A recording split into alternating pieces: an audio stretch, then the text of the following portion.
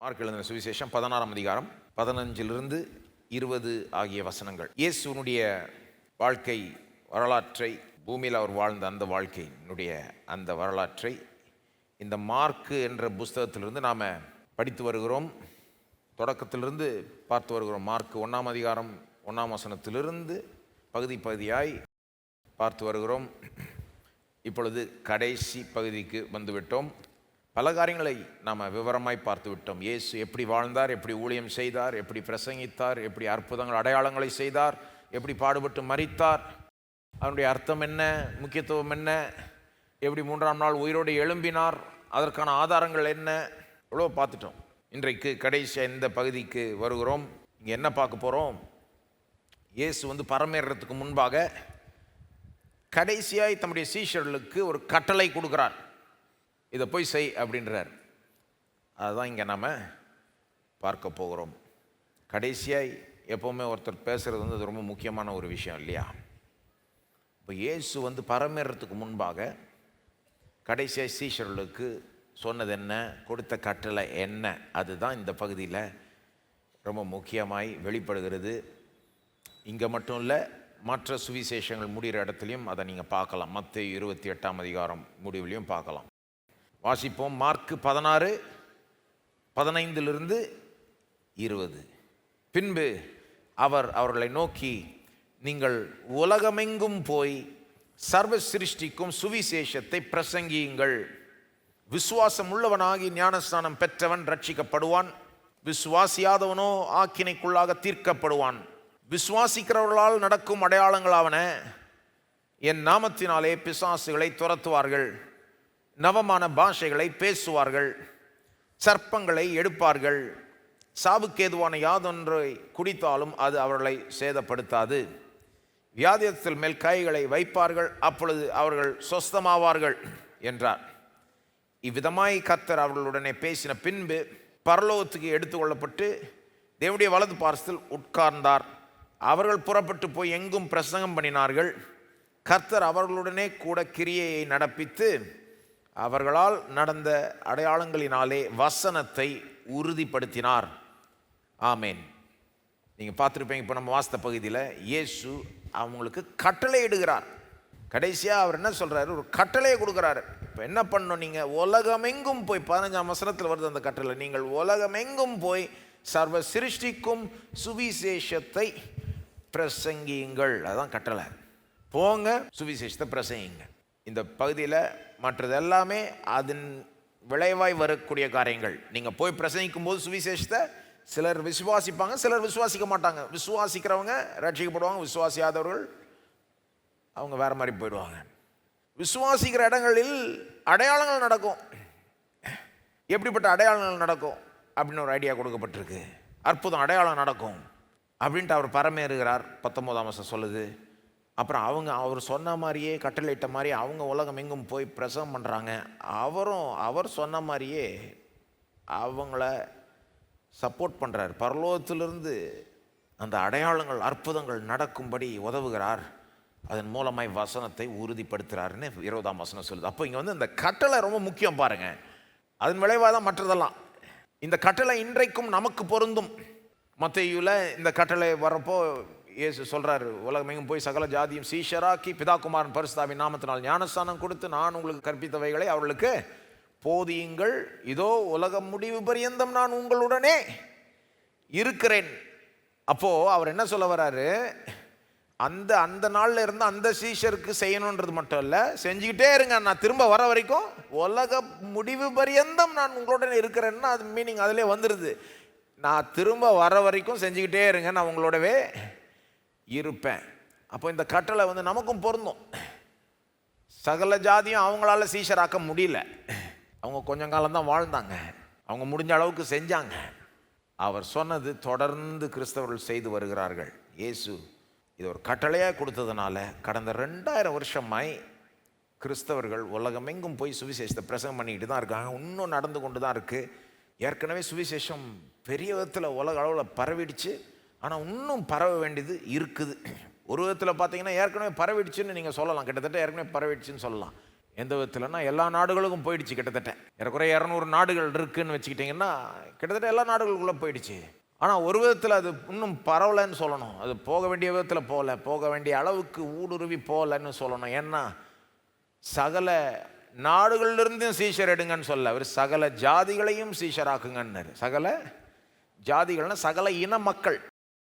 ஒரு நாட்டில் பல இன மக்கள் இருக்கிறாங்க. நம்ம நாடு எடுத்துக்கோங்க, ஒரு நாடு. ஆனால் இதுக்குள்ளே எவ்வளோ மொழி பேசுகிறவர்கள் இருக்காங்க. ஒவ்வொன்றுமே ஒவ்வொரு குரூப்பு. அந்த ஒரு மொழி பேசுகிறவர்களுக்குள்ள பல இனங்கள் இருக்குது.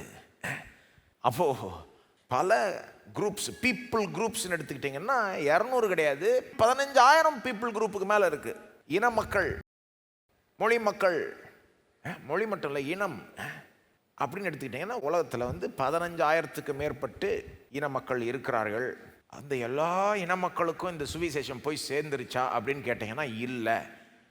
குறைஞ்சது ஒரு 3000 இன மக்களுக்கு இன்னும் போய் சேரல. 3000 குரூப்ஸுக்கு உலகத்தில் சுவிசேஷம் அவங்க ஏரியாக்குள்ளேயே போகல. அங்கே சுவிசேஷத்தை எடுத்து சொல்கிறதுக்கு யாருமே இல்லை. அப்படிப்பட்ட இடங்கள் இருக்குது. இப்போ இன்றைக்கி இப்போ சென்னையில் ஒருத்தருக்கு இயேசு குறித்த சுவிசேஷம் நற்செய்தி தெரிலன்னா அவங்களுக்கு தெரியாமல் இருக்கலாம். ஆனால் இன்னொருத்தர் சென்னையிலேருந்தே சொல்லக்கூடிய நிலைமையில தான் சென்னை இருக்குது. கர்த்தருக்கு ஸ்தோத்திரம். சென்னையிலேருந்து வெளியே ஒருத்தர் இங்கே சொல்லணும்னு அவசியம் கிடையாது. இங்கே இருக்கிற ஆளே இங்கே இருக்கிற இன்னொரு ஆளுக்கு சுவிசேஷத்தை சொல்லலாம். எல்லா இடங்களும் அப்படி கிடையாது. நம்ம நாட்டிலையும் அப்படி கிடையாது, மற்ற உலகத்தில் மற்ற பகுதியிலையும் அப்படி கிடையாது. சில இடங்கள் இருக்குது, அந்த ஏரியாவிலே அங்கே இன்னொருத்தருக்கு சுவிசேஷம் சொல்கிற மாதிரி யாருமே இல்லை. வெளியிலேருந்து ஒருத்தர் போய் சுவிசேஷம் சொன்னால் தான் உண்டு. அப்படி 3000க்கு மேற்பட்ட இனம் மக்கள் குரூப்ஸு, ஏரியாஸு, வட்டாரங்கள் இன்றைக்கும் இருக்க தான் செய்கிறது. ஆகவே என்ன சொல்ல வரேன், பெருசாக பரவிடுச்சு, ஆனால் இன்னும் பரவ வேண்டியது இருக்குது, இன்னும் செய்ய வேண்டிய வேலை இருக்குதுன்னு சொல்ல வரேன். பரவுனதுக்காக கர்த்தருக்கு ஸ்தோத்திரம். 2000 வருஷம் முன்னால் எருசலேமில் ஒரு மீன் பிடிக்கிற ஒரு மனுஷன் எந்திரிச்சு பிரசங்கம் பண்ண செய்தி இந்த அளவுக்கு பரவும்னு யார்கிட்டையாவது பார்த்து சொல்லியிருப்பீங்கன்னா நம்பியிருக்கவே மாட்டாங்க. ஆனால் பரவிடுச்சு, கர்த்தருக்கு ஸ்தோத்திரம். ஆனால் இன்னுமே அது பரவ வேண்டும். நம்ம செய்ய வேண்டிய வேலை இன்னும் இருக்குது. நமக்கு எல்லாருக்கும் இதில் ஒரு பங்கு இருக்குது. நமக்கு எல்லாருக்குமே இதில் ஒரு பங்கு இருக்குது. நீங்கள் ஒரு விசுவாசியாக இருக்கிறீங்கன்னா தேவன் உங்களை இதை செய்யும்படி, உங்கள் பங்கை செய்யும்படி அழைக்கிறார். நீங்கள் இயேசுக்கு சொந்தமானவர்கள்னா, இயேசு ஆண்டவர்னு சொல்கிறீங்கன்னா ஆட்டோமேட்டிக்காக நீங்கள் இயேசுவோடு சேர்ந்து எல்லா மக்களையும் அரவணைக்கிறவர்களாய் மாறிவிடுகிறீர்கள். இயேசுனுடைய பாஸ்டரை இப்படி தான் நினைக்கிறேன் நான். எல்லா மக்களையும் அவர் அரவணைக்கிறார். எல்லா ஜாதி ஜனத்தையும், எல்லா இன மக்களையும் அவர் வரவேற்கிறார், அரவணைக்கிறார். நம்ம அவர்கிட்ட போகிறப்போ நம்மளை முதல்ல கட்டி பிடிக்கிறாரு. அவருடைய அன்பை நமக்கு காண்பிக்கிறாரு. அவருடைய அன்பை பெற்ற நாமும் கூடி சீக்கிரம் நாமும் கைவிரித்து இப்படி நின்றுறோம், மற்றவங்களையும் அரவணைக்க தொடங்கிடுறோம். அப்படி நடந்திருக்கா உங்களுக்கு? இல்லை ஒன்று அவரை தான் கட்டி பிடிச்சிட்டு இருக்கீங்களா? அதுதான் ஃபஸ்ட்டு ஸ்டேஜ். வெறும் இல்லை நான் இயேசுடைய அன்பை நான் மட்டும் பெற்றுக்கிறேன்றது ஆரம்பம். அது பெற பெற பெற உங்களுக்கே மற்றவங்களை அரவணைக்கிறது போல ஆகிடும். அந்த இயேசுடைய அன்பை மற்றவங்கள்ட்ட காண்பிக்கணும், எடுத்து சொல்லணும்னு உங்களுக்கே ஒரு விருப்பம் வந்துடும். அது வரப்போ அது நல்ல ஒரு அடையாளம். அந்த விசுவாசி வளர்ந்து கொண்டு இருக்கிறார்கள் என்பதற்கு ஒரு நல்ல ஒரு அடையாளம். பாருங்கள், இதற்கென்றே ரட்சிக்கப்பட்டீங்க நீங்கள். எதற்காக தேவன் நம்மளை ரட்சித்திருக்கிறார்? ஏதோ வெறும் நம்மளை ரட்சித்து நம்மளை பரலோகம் கொண்டு போகிறதுக்கு, நம்மளை மன்னித்து நம்மளை ஆசீர்வதிக்கிறதுக்கு மட்டுமா? கிடையாது. நம்மளை மற்றவர்களுக்கு ஆசீர்வாதமாக வைக்கும்படி, குறிப்பாக இந்த விதத்தில் நம்மை கொண்டு இந்த இயேசுவை குறித்த நற்செய்தி உலகம் எங்கும் போகணும். அதில் நம்ம பங்கை நம்ம செய்யணும். உலகத்தையே அரவணைக்கிறவர்களாய் நாம் ஆகிவிடணும். ஒரு குளோபல் காடை வணங்குகிறோம். நாம் உலக அளவில் இருக்கிற தேவனை வணங்குகிறோம். இயேசு எது ஒரு இன மக்களுக்கு வரல, ஒரு மூலையில் இருக்கிற ஒரு மக்களுக்காக வந்தார் கிடையாது. உலக ரட்சகர் அவர், உலகத்தையே அரவணைக்கிறவர். அவர்கிட்ட வந்தால் நம்மளையும் அந்த மாதிரி ஆக்கிடுறாரு. உலக அளவில் திங்க் பண்ண வைக்கிறார். மனதை விசாலமாக்கி விட்டுறார், இருதயத்தை விசாலமாக்கி விட்டுறார். வெறும் நான், என் குடும்பம், என் தெரு, என் சமுதாயம், என் மொழி மக்கள் இப்படின்னு நினைக்காம எல்லா எல்லைகளையும் கடந்து உலகத்தில் இருக்கிற எல்லா மக்களும் இந்த இயேசு பற்றி கேள்விப்படணும், நான் பெற்ற பாக்கியத்தை பெறணுன்ற ஒரு ஆசை நமக்கு வந்துடுது பாருங்க. அந்த மாதிரி ஒரு விசாலமான இருதயம் உங்களுக்கு இருக்கா? மனுஷன் இவ்வளோண்டு தான் இருக்கிறான், இருதயம் இவ்வளோண்டு தான் இருக்குது. இந்த ஹார்ட்டை சொல்கிறேன், இருதயத்தை சொல்கிறேன். ஆனால் மனுஷனுடைய இருதயம் விசாலமாக இருக்கும்படி படைக்கப்பட்டிருக்கிறது. எல்லாரையும் அரவணைக்கணும். குளோபல் ஹார்ட் இருக்கு அவங்களுக்கு. குளோபல் ஒரு மைண்டு, குளோபல் ஒரு ஹார்ட், குளோபல் டிசையர். உலக அளவில் சிந்திக்கிறீங்களா? அப்படி சிந்திக்கலைன்னா, அப்படி போகலைன்னா, இந்த ஊழிய பணி இயேசு நம்ம அழைக்கிறார் பாருங்க, உலகமெங்கும் சுவிசேஷம் போகும்படி உன் பங்கை செய்யன்னு அழைக்கிறார் பாருங்க.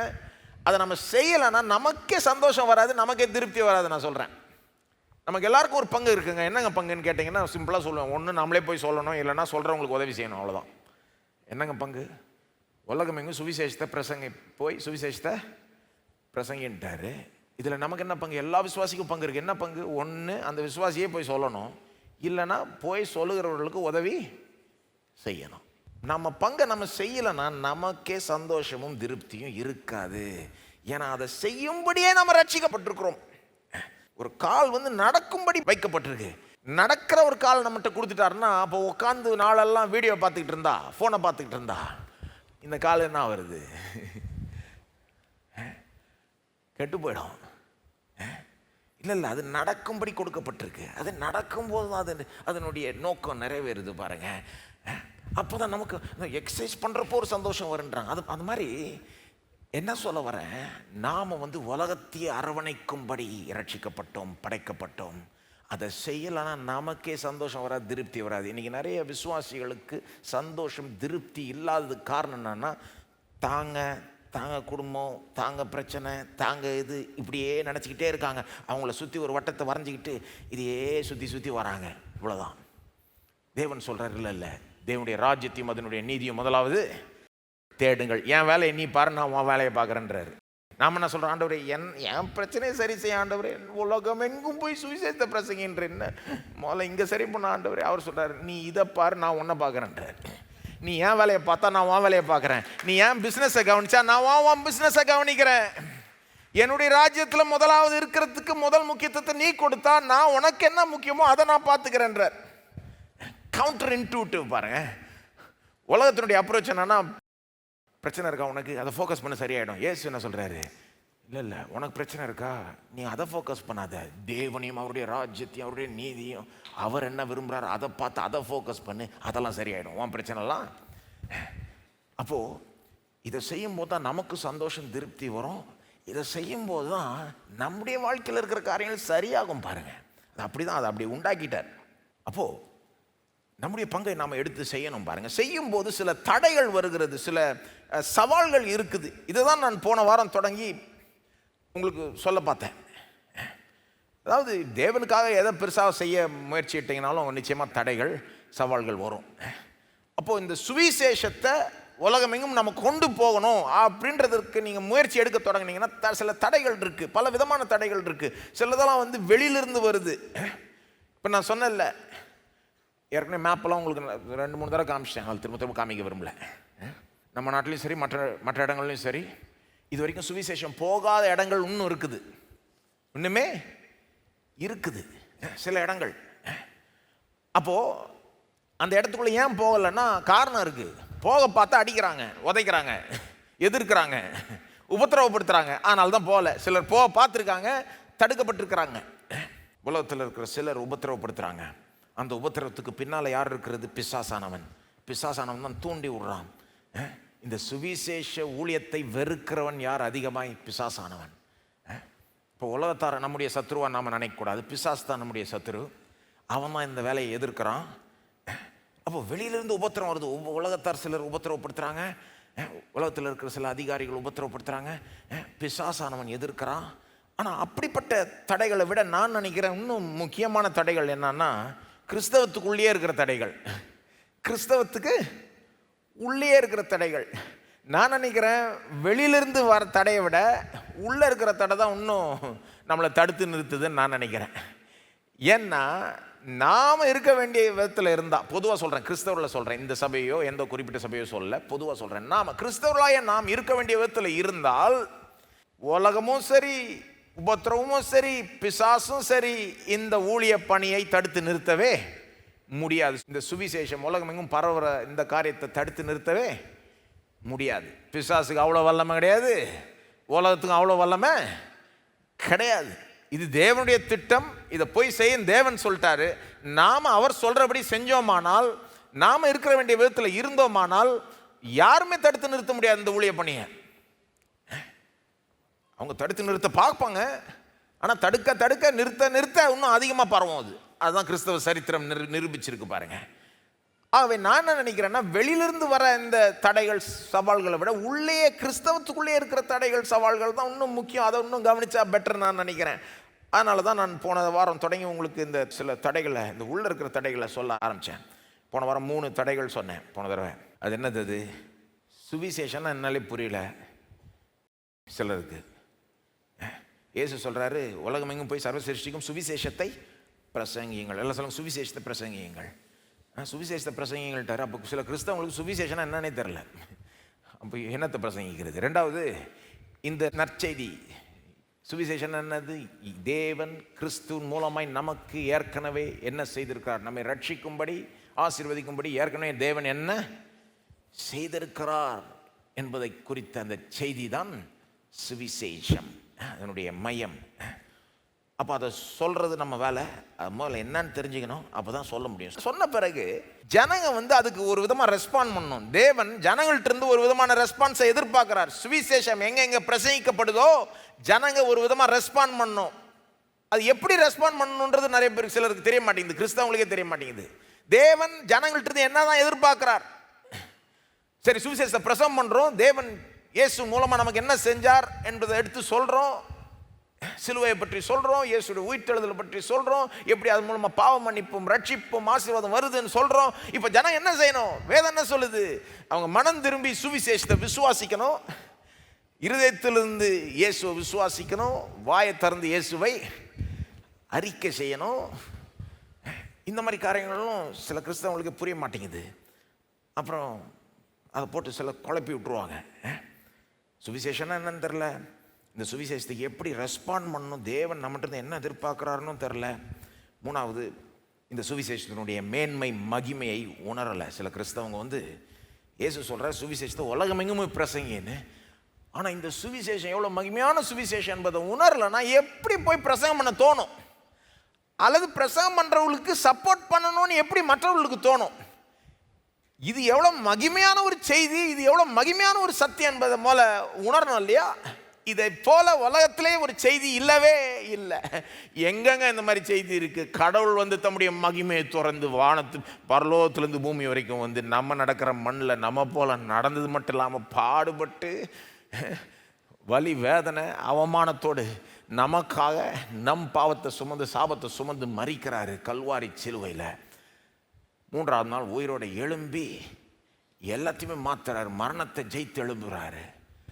இதன் மூலமாய் இன்றைக்கு எல்லாருக்கும் பாவ மன்னிப்பையும் ரட்சிப்பையும் ஆசீர்வாதத்தையும் அருளுகிறாரு. நமக்காக உயிரை கொடுத்த தெய்வம் தான் இன்னைக்கு உலகத்தையும் ஆளுகிறாரு. ஒரு நாள் திரும்ப வரப்போகிறாரு. இந்த மாதிரி செய்தி உலகத்தில் ஏன் பார்க்க முடியுமா நீங்கள்? இதை போல ஒரு மகிமையான செய்தி இல்லைன்றத பிரசங்கியார்கள் உணரணும், ஜனங்க உணரணும். அப்போ தான் பிரசங்கியார்களுக்கு பிரசங்கிக்கணும் போல இருக்கும், ஜனங்களுக்கும் இதை சப்போர்ட் பண்ணணும் போல இருக்கும். சுவிசேஷத்தை பிரசங்கின்ட்டாரு, சுவிசேஷம் என்னன்னே தெரியல, இதுக்கு எப்படி ரெஸ்பாண்ட் பண்ணணும்னு தெரியல, இதனுடைய மகிமை மேன்மையை சிலர் உணராமவே இருக்கிறாங்க. அப்போ இந்த 3 தடையை போன தடவை பார்த்துட்டேன். இப்போ அப்படியே தொடர்ந்து மேலும் அப்படி சொல்ல விரும்புகிறேன். 4வது தடை, இவரும் தடையாக நினைக்கணும்னு கிடையாது, இதுதான் தடை. தெரிஞ்சுக்கிட்டிங்கன்னா அந்த தடையை எடுத்து போடுறதுக்கு நீங்கள் என்ன செய்யணுமோ செய்யலாம் இல்லையா? என்ன பிரச்சனைன்னு தெரிஞ்சுக்கிட்டா பிரச்சனையை சால்வ் பண்ண தொடங்கிடலாம். என்ன பிரச்சனைன்னு தெரிலன்னா என்னத்தை பண்ணுறது?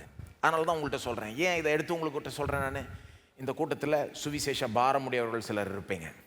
தேவன் எல்லா பாரத்தையும் இறக்கி வைக்க சொல்கிறாரு. சில நல்ல பாரம் இருக்குது, சுவிசேஷ பாரம். நல்ல விதத்தில் அதை நீங்கள் வச்சுக்கலாம். எல்லார்ட்டையும் போய் இயேசுவை பற்றி சொல்லணும், இயேசு அறியாத மக்கள் இயேசு அறிந்து கொள்ளணுன்றது நல்ல விதத்தில் சுமையாக இருக்கலாம் பாருங்கள். அந்த பாரமுடையவர்கள் சிலர் இங்கே இருக்கிறீங்க. நீங்கள் எல்லாரும் அப்படின்னு சொல்ல முடியாது, ஆனால் சிலர் இருக்கிறீங்க. இந்த மாதிரி காரியத்தை உங்களுக்கு நான் சொல்ல விரும்புகிறேன். இது என்ன தடை இருக்குன்னு நீங்கள் தெரிஞ்சால் அதை பற்றி ஒருவேளை நீங்கள் எதாவது செய்யலாம், தேவன் உங்களை பயன்படுத்துவார். அது மட்டும் இல்லை, பாரம் இல்லாதவர்களுக்கு இதை குறித்த பாரம் ஒருவேளை வரலாம். அதனால தான் இப்போ இதை எடுத்து சொல்கிறேன். இதை பாசிட்டிவாகவும் பார்க்கலாம். நீங்கள் என்ன ப்ராப்ளம்னு தெரிஞ்சிருச்சுன்னா அதை எப்படி சால்வ் பண்ணலான்றதை ஃபோக்கஸ் பண்ணிவிடு. சரி, 4வது தடை, இந்த சுவிசேஷம் உலகம் எங்கும் இன்னும் அதிகமாக பரவணும்னா நம்ம என்ன செய்யணும்? இன்னும் அதிகமாக ஏன் பரவ மாட்டேங்குது? அதுக்கு தடையாக என்ன இருக்குது? 4வது தடை, பிரசங்கம் மற்றும் பிரசங்கியார்களுடைய முக்கியத்துவத்தை நிறைய கிறிஸ்தவர்கள் உணரவில்லை. பிரசங்கம் மற்றும் பிரசங்கியார்களுடைய இயேசு சொன்ன இந்த கட்டளையை நிறைவேற்றுறதுக்கு பிரசங்கத்தினுடைய முக்கியத்துவம் மற்றும் பிரசங்கியார்களுடைய முக்கியத்துவத்தை நிறைய கிறிஸ்தவர்களே உணரலை. இயேசு என்னன்னு கட்டளை கொடுத்துட்டார்? உலகமெங்கும் போய் எல்லாம் போய் சர்வ சிருஷ்டிக்கும் சுவிசேஷத்தை பிரசங்கியுங்கள். எல்லாம் பிரசங்கியுங்கள். இப்போ பிரசங்கிகள்ன்றாரு.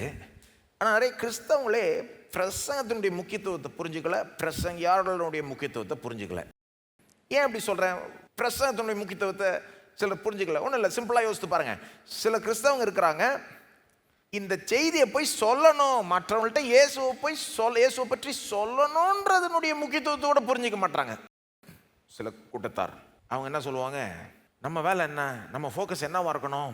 தானம் தர்மம் செய்கிறது தான் நம்ம ஃபோக்கஸாக இருக்கணும். சும்மா பிரசங்கம் பண்ணுறது கிடையாது, இயேசுவை பற்றி சொல்கிறது கிடையாது. சுவிசேஷத்தை பிரசங்கம் பண்ணுறேன் சொல்கிறேன்ட்டு மைக்கில் எடுத்துக்கிட்டு கத்திக்கிட்டு, இதெல்லாம் தேவையா? இதுக்கு ஒரு மேடை தேவையா? இதுக்கு ஒரு இடம் தேவையா? இவ்வளோ பேர் உட்காந்து இங்கே ஒரு மனுஷன் எழுந்திரிச்சு இதை இயேசுவை பற்றி சொல்கிறேன்னு இவ்வளோ சொல்லணுமா? இதுவாக நமக்கு தேவை? இதுவாக நமக்கு உதவ போகிறது? கிடையாது. என்ன நமக்கு உதவி செய்யும்? இயேசு அன்பானவர். அவர் எல்லாருக்கும் உதவி செஞ்சு அப்படியே தானம் தர்மம் செஞ்சார். நாமளும் என்ன பண்ணோம்? அன்பை அப்படி காட்டணும். அன்பு தான் மெயின். தானம் தர்மம் செய்யணும், ஏழைகளுக்கு உதவி செய்யணும், சோறு போடணும், படிப்பு கொடுக்கணும், ஸ்கூலை கட்டு, ஆஸ்பத்திரியை கட்டு, அந்த மாதிரி வேலையை பாரு. நின்று பிரசங்கம் பண்ணுற இதெல்லாம் யாருக்காவது உதவ போதா? ப்ராக்டிக்கலாக இருப்பா. இதுதான் இயேசுனுடைய அன்பு. இதுதான் நம்முடைய ஊழிய பணியாக இருக்கும். ஒழிய எந்திரிச்சு பிரசங்கம் பண்ணுறது மெயினாக இருக்கணுமா? கிடையாது. அப்படின்னு சொல்கிறவங்க இருக்கிறாங்க, நீங்கள் நம்ப மாட்டீங்க. ஒரு சில வருஷங்கள் முன்பாக சில மிஷனரி ஏஜென்சிஸ், அதாவது முன்னைய காலத்தில் மிஷனரிஸ் அவங்க தான் அனுப்புவாங்க, உலகம் எங்கும் அவங்கள சப்போர்ட் பண்ணுவாங்க, போய் இயேசுவை பற்றி சொல்லுங்கன்னு அனுப்பின அதே ஏஜென்சிஸ் சிலர் என்ன பண்ணிட்டாங்க, ஒரு சில ஆண்டுகள் முன்பாக கொஞ்சம் அவங்க ஸ்ட்ராட்டஜியே மாற்றிக்கிட்டாங்க. அவங்க என்ன சொல்ல ஆரம்பிச்சிட்டாங்க? இந்த பிரசங்கெல்லாம் நம்ம கொஞ்சம் சைட்லைன் பண்ணிடணும், அது மெயினே கிடையாது. இப்போ மெயின் தானம் தர்மம் செய், ஏழைகளுக்கு உதவி செய், இந்த மாதிரி வேலையை செய், சோஷியல் ஒர்க்கு தான் மெயின், பிரசங்கம் கிடையாது அப்படின்னு மிஷனரி ஏஜென்சிஸே அவங்களோட இதை மாற்றிக்கிட்டு பிரசங்கத்துக்கு முக்கியத்துவம் கொடுக்காம, அதுக்கு பணம் கொடுக்காம, இதுக்கு மட்டும்தான் இது பண்ணுற மாதிரி போயிடுச்சு பாருங்க. அதனால தான் சொல்கிறேன், சில கிறிஸ்தவங்க மத்தியில் அப்படி இருக்காங்க, சோஷியல் ஒர்க் தான் முக்கியம், பிரசங்கம் முக்கியம் கிடையாதுன்னு. இதுக்கு நம்ம என்ன சொல்லணும்? சோஷியல் ஒர்க் முக்கியமா? நான் கேட்குறேன். தானம் தர்மம் செய்கிறது முக்கியமா? ஏழைகளுக்கு உதவி செய்கிறது முக்கியமா? சோறு போடுறது முக்கியமா? படிப்பு கொடுக்குறது முக்கியமா? ஸ்கூலை கட்டுறது முக்கியமா? ஆஸ்பத்திரியை கட்டுறது முக்கியமா? முக்கியம். இன்னும் கேட்டால் நான் நினைக்கிறேன், இந்த மாதிரி வேலையை எல்லாரை விட கிறிஸ்தவங்க தான் அதிகமாக செய்யணும். மற்ற எல்லாரை விட கிறிஸ்தவர்கள் தான் அதிகமாய் செய்ய வேண்டும். இன்னும் கேட்டால் நான் நினைக்கிறேன், ஒரு ஆள் தனியே கிறிஸ்தவன் சொல்லிக்கிட்டு 20-30 வருஷமாக நான் கிறிஸ்தவனாக இருக்கிறேன்ட்டு எந்த தானமும் தர்மமும் செய்யலை, யாருக்குமே உதவி செய்யலை, நற்கிரியைகள் செய்யலைன்னா அவங்களாம் எப்படி கிறிஸ்தவங்களாக இருக்க முடியும் தான் நான் கேட்பேன். மற்றவர்களோட கிறிஸ்தவர்கள் இந்த விஷயத்தில் முந்திக்கணும். 2000 வருஷம் சரித்திரத்தை நீங்கள் பார்த்தீங்கன்னா அதை தான் பார்ப்பீங்க. இப்படிப்பட்ட வேலைகளை, ஏழைகளுக்கு உதவி செய்கிறது, கீழே இருக்கிறவங்களை தூக்கி விடுறது, படிப்பை கொடுக்குறது, சோறை கொடுக்குறது, அவங்களுக்கு ஒரு திறமையை கற்றுக் கொடுத்து ஒரு உண்டு பண்ணி அதன் மூலமாக ஒரு வேலை கிடச்சி அவங்க தங்களே சம்பாதிச்சு இப்படி பண்ணவங்க அதிகமாக யார் பண்ணாங்கன்னு பார்த்தீங்கன்னா கிறிஸ்தவம் பண்ணியிருக்காங்க. 2000 வருஷம் சரித்திரத்தில் நீங்கள் போய் பாருங்கள். அப்போ அது முக்கியம் இல்லைன்னு சொல்ல வரல. ஆனால் நான் என்ன எதிர்க்கிறேன்னா, அதுதான் முக்கியம், பிரசங்கம் முக்கியம் இல்லைன்னு சொன்னால் அது எப்படி? அது நான் கேட்குறேன். ஒன்றும் இல்லை, நீங்கள் ஒருத்தர் பிச்சை எடுக்கிறாங்கன்னு வைங்க ரோட்டில், நீங்கள் அவங்க மேலே மனதுருகி, சரி அவங்க மேலே ஒரு இறக்கம் அவங்கள கூட்டிகிட்டு வரீங்க, உங்கள் வீட்டுக்கு கூட்டிகிட்டு வந்து, எப்பா குளிச்சுக்கப்பா அப்படின்ட்டு சட்டை துணி கொடுக்குறீங்க, உங்கள் மேஜையில் உட்காந்து சாப்பிட வைக்கிறீங்க, அப்புறம் அவங்களுக்கு என்ன திறமை இருக்குதுன்னு பார்த்து அதுக்கேற்ற ஒரு வேலையை வாங்கி தரீங்க, அவங்களே சம்பாதிச்சு அவங்களே வாழும்படி, ஒரு கண்ணியமாக வாழும்படி எல்லாத்தையும் செட்டப் பண்ணி எல்லாத்தையும் பண்ணிடுறீங்க.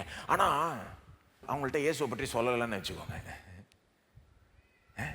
எல்லாம் பண்ணிட்டு விட்டுறீங்க. ஏன்னா அதான் சொல்கிறாங்கல்ல, சொல்கிறது முக்கியம் கிடையாது, செய்கிறது தான் முக்கியம். ஆனால் எல்லாத்தையும் செஞ்சுட்டு இயேசுவை பற்றி ஒன்றும் சொல்லலைன்னா அவங்க இந்த வாழ்க்கையில் நல்லா ஒரு வேளை வாழ்ந்துடலாம். ரட்சிக்கப்பட முடியுமான்னு கேட்குறேன். ரட்சிக்கப்பட முடியுமா? அவங்க பாவம் மன்னிக்கப்பட முடியுமா? அப்போ எவ்வளோ தான தர்மம் செஞ்சாலும் இயேசுவை பற்றி ஒருத்தர் வாயை திறந்து சொல்லலைன்னா ஒருத்தர் ரட்சிக்கப்படவே முடியாது. அது என்னத்தை காண்பிக்குது? சொல்றது எவ்வளோ முக்கியம்னு காண்பிக்குது. அந்த உதாரணத்தை அப்படியே திருப்பி போடுங்க. சில நேரம் கிறிஸ்தவங்க செய்ய வேண்டிய அளவுக்கு தான தர்மம் செய்யறதில்லை. சில நேரம் கிறிஸ்தவங்க செய்ய வேண்டிய அளவுக்கு நற்கிரியைகளை செய்யறதில்ல. ஏழைகளுக்கு உதவி செய்ய வேண்டிய அளவுக்கு உதவி செய்யறதும் இல்லை. அப்படியே வச்சுப்போமே. அப்போ உதவி செய்ய வேண்டிய அளவுக்கு செய்யலை, ஆனால் இயேசுவை பற்றி வாயை திறந்து சொல்றாங்கன்னு வைங்க, அந்த ஆள் ரட்சிக்கப்பட முடியுமா இல்லையா? ரட்சிக்கப்பட முடியும். இது என்னத்தை காண்பிக்குது? சொல்லுவது எவ்வளோ முக்கியம் என்பதை காண்பிக்குது. சரியாக சொல்லணும்னா ரெண்டுமே முக்கியம். சோஷியல் ஒர்க்கும் முக்கியம், பிரசங்கமும் முக்கியம். ஆனால் ஒரு காரியத்தை நம்ம புரிஞ்சுக்கணும், பிரசங்கம் இல்லாமல் சொல்லாமல் ஒருத்தர் ரட்சிக்கப்படவே முடியாது. விசுவாசம் கேள்வினால் உண்டாகும், கேள்வி கிறிஸ்துவை பற்றிய வசனத்தினால் உண்டாகும். Faith comes by hearing and hearing by the word of Christ. Romans 10:17. ரோமர் 10:17. இன்னொரு உதாரணம் கொடுக்குறேன். ஸோ இப்படி சில கிறிஸ்தவங்க இருக்காங்க, சோஷியல் ஒர்க் தான் இம்பார்ட்டன்ட், பிரசங்கம் கிடையாது. இன்னும் சில கிறிஸ்தவங்க எப்படி நினச்சிக்கிறாங்க, என்னுடைய பங்கு என்னது, நான் ஒரு டீசெண்டாக வாழ்ந்தால் போதும், கண்ணியமாக வாழ்ந்தால் போதும், ஆசீர்வாதமான ஒரு வாழ்க்கையை சமுதாயத்துக்கு முன்பாக வாழ்ந்து காமிச்சிட்டாலே போதும், சொல்லலாம் தேவையில்ல, சொல்லி சொல்லி தான் பேரை கெடுத்து வச்சிருக்கிறாங்க. ஆகவே நம்ம சொல்ல வேண்டாம். நம்ம என்ன பண்ணோம், தேவனுடைய ஆசீர்வாதத்தை அனுபவித்து பெற்று 4 பேருக்கு முன்னால் ஆசீர்வாதமாக வாழ்ந்து காமிச்சிட்டாலே போதும். வாழ்ந்து காமிச்சா ரொம்ப நல்லது. ஏன்னா நீங்கள் ஒரு உதாரணம் எடுத்துக்கோங்க. நீங்கள் கடவுள்கிட்ட எல்லா விதமான ஆசீர்வாதத்தையும் பெற்று, ஆவிக்குரிய ஆசீர்வாதங்கள், பூமிக்குரிய ஆசீர்வாதங்கள், உங்கள் திருமண வாழ்க்கை வெற்றிகரமாக இருக்குன்னு வைங்க, உங்கள் குடும்ப வாழ்வு சந்தோஷமாக இருக்குன்னு வைங்க, உங்களுடைய வேலை வெற்றிகரமாக இருக்குது, சம்பாத்தியம் பொருளாதாரம் எல்லாம் நல்லா இருக்குது, இருக்க வேண்டிய விதத்தில் இருக்குது, நீங்கள் ஆளும் கேரக்டரும் நல்லா இருக்கிறீங்க, சூப்பராக இருக்கீங்க, ஒரு நல்ல குணமுள்ள ஆளும் இருக்கீங்க, எல்லாம் இருக்குது, 4 பேர் பார்த்து கேள்வி கேட்குற அளவுக்கு இருக்குது.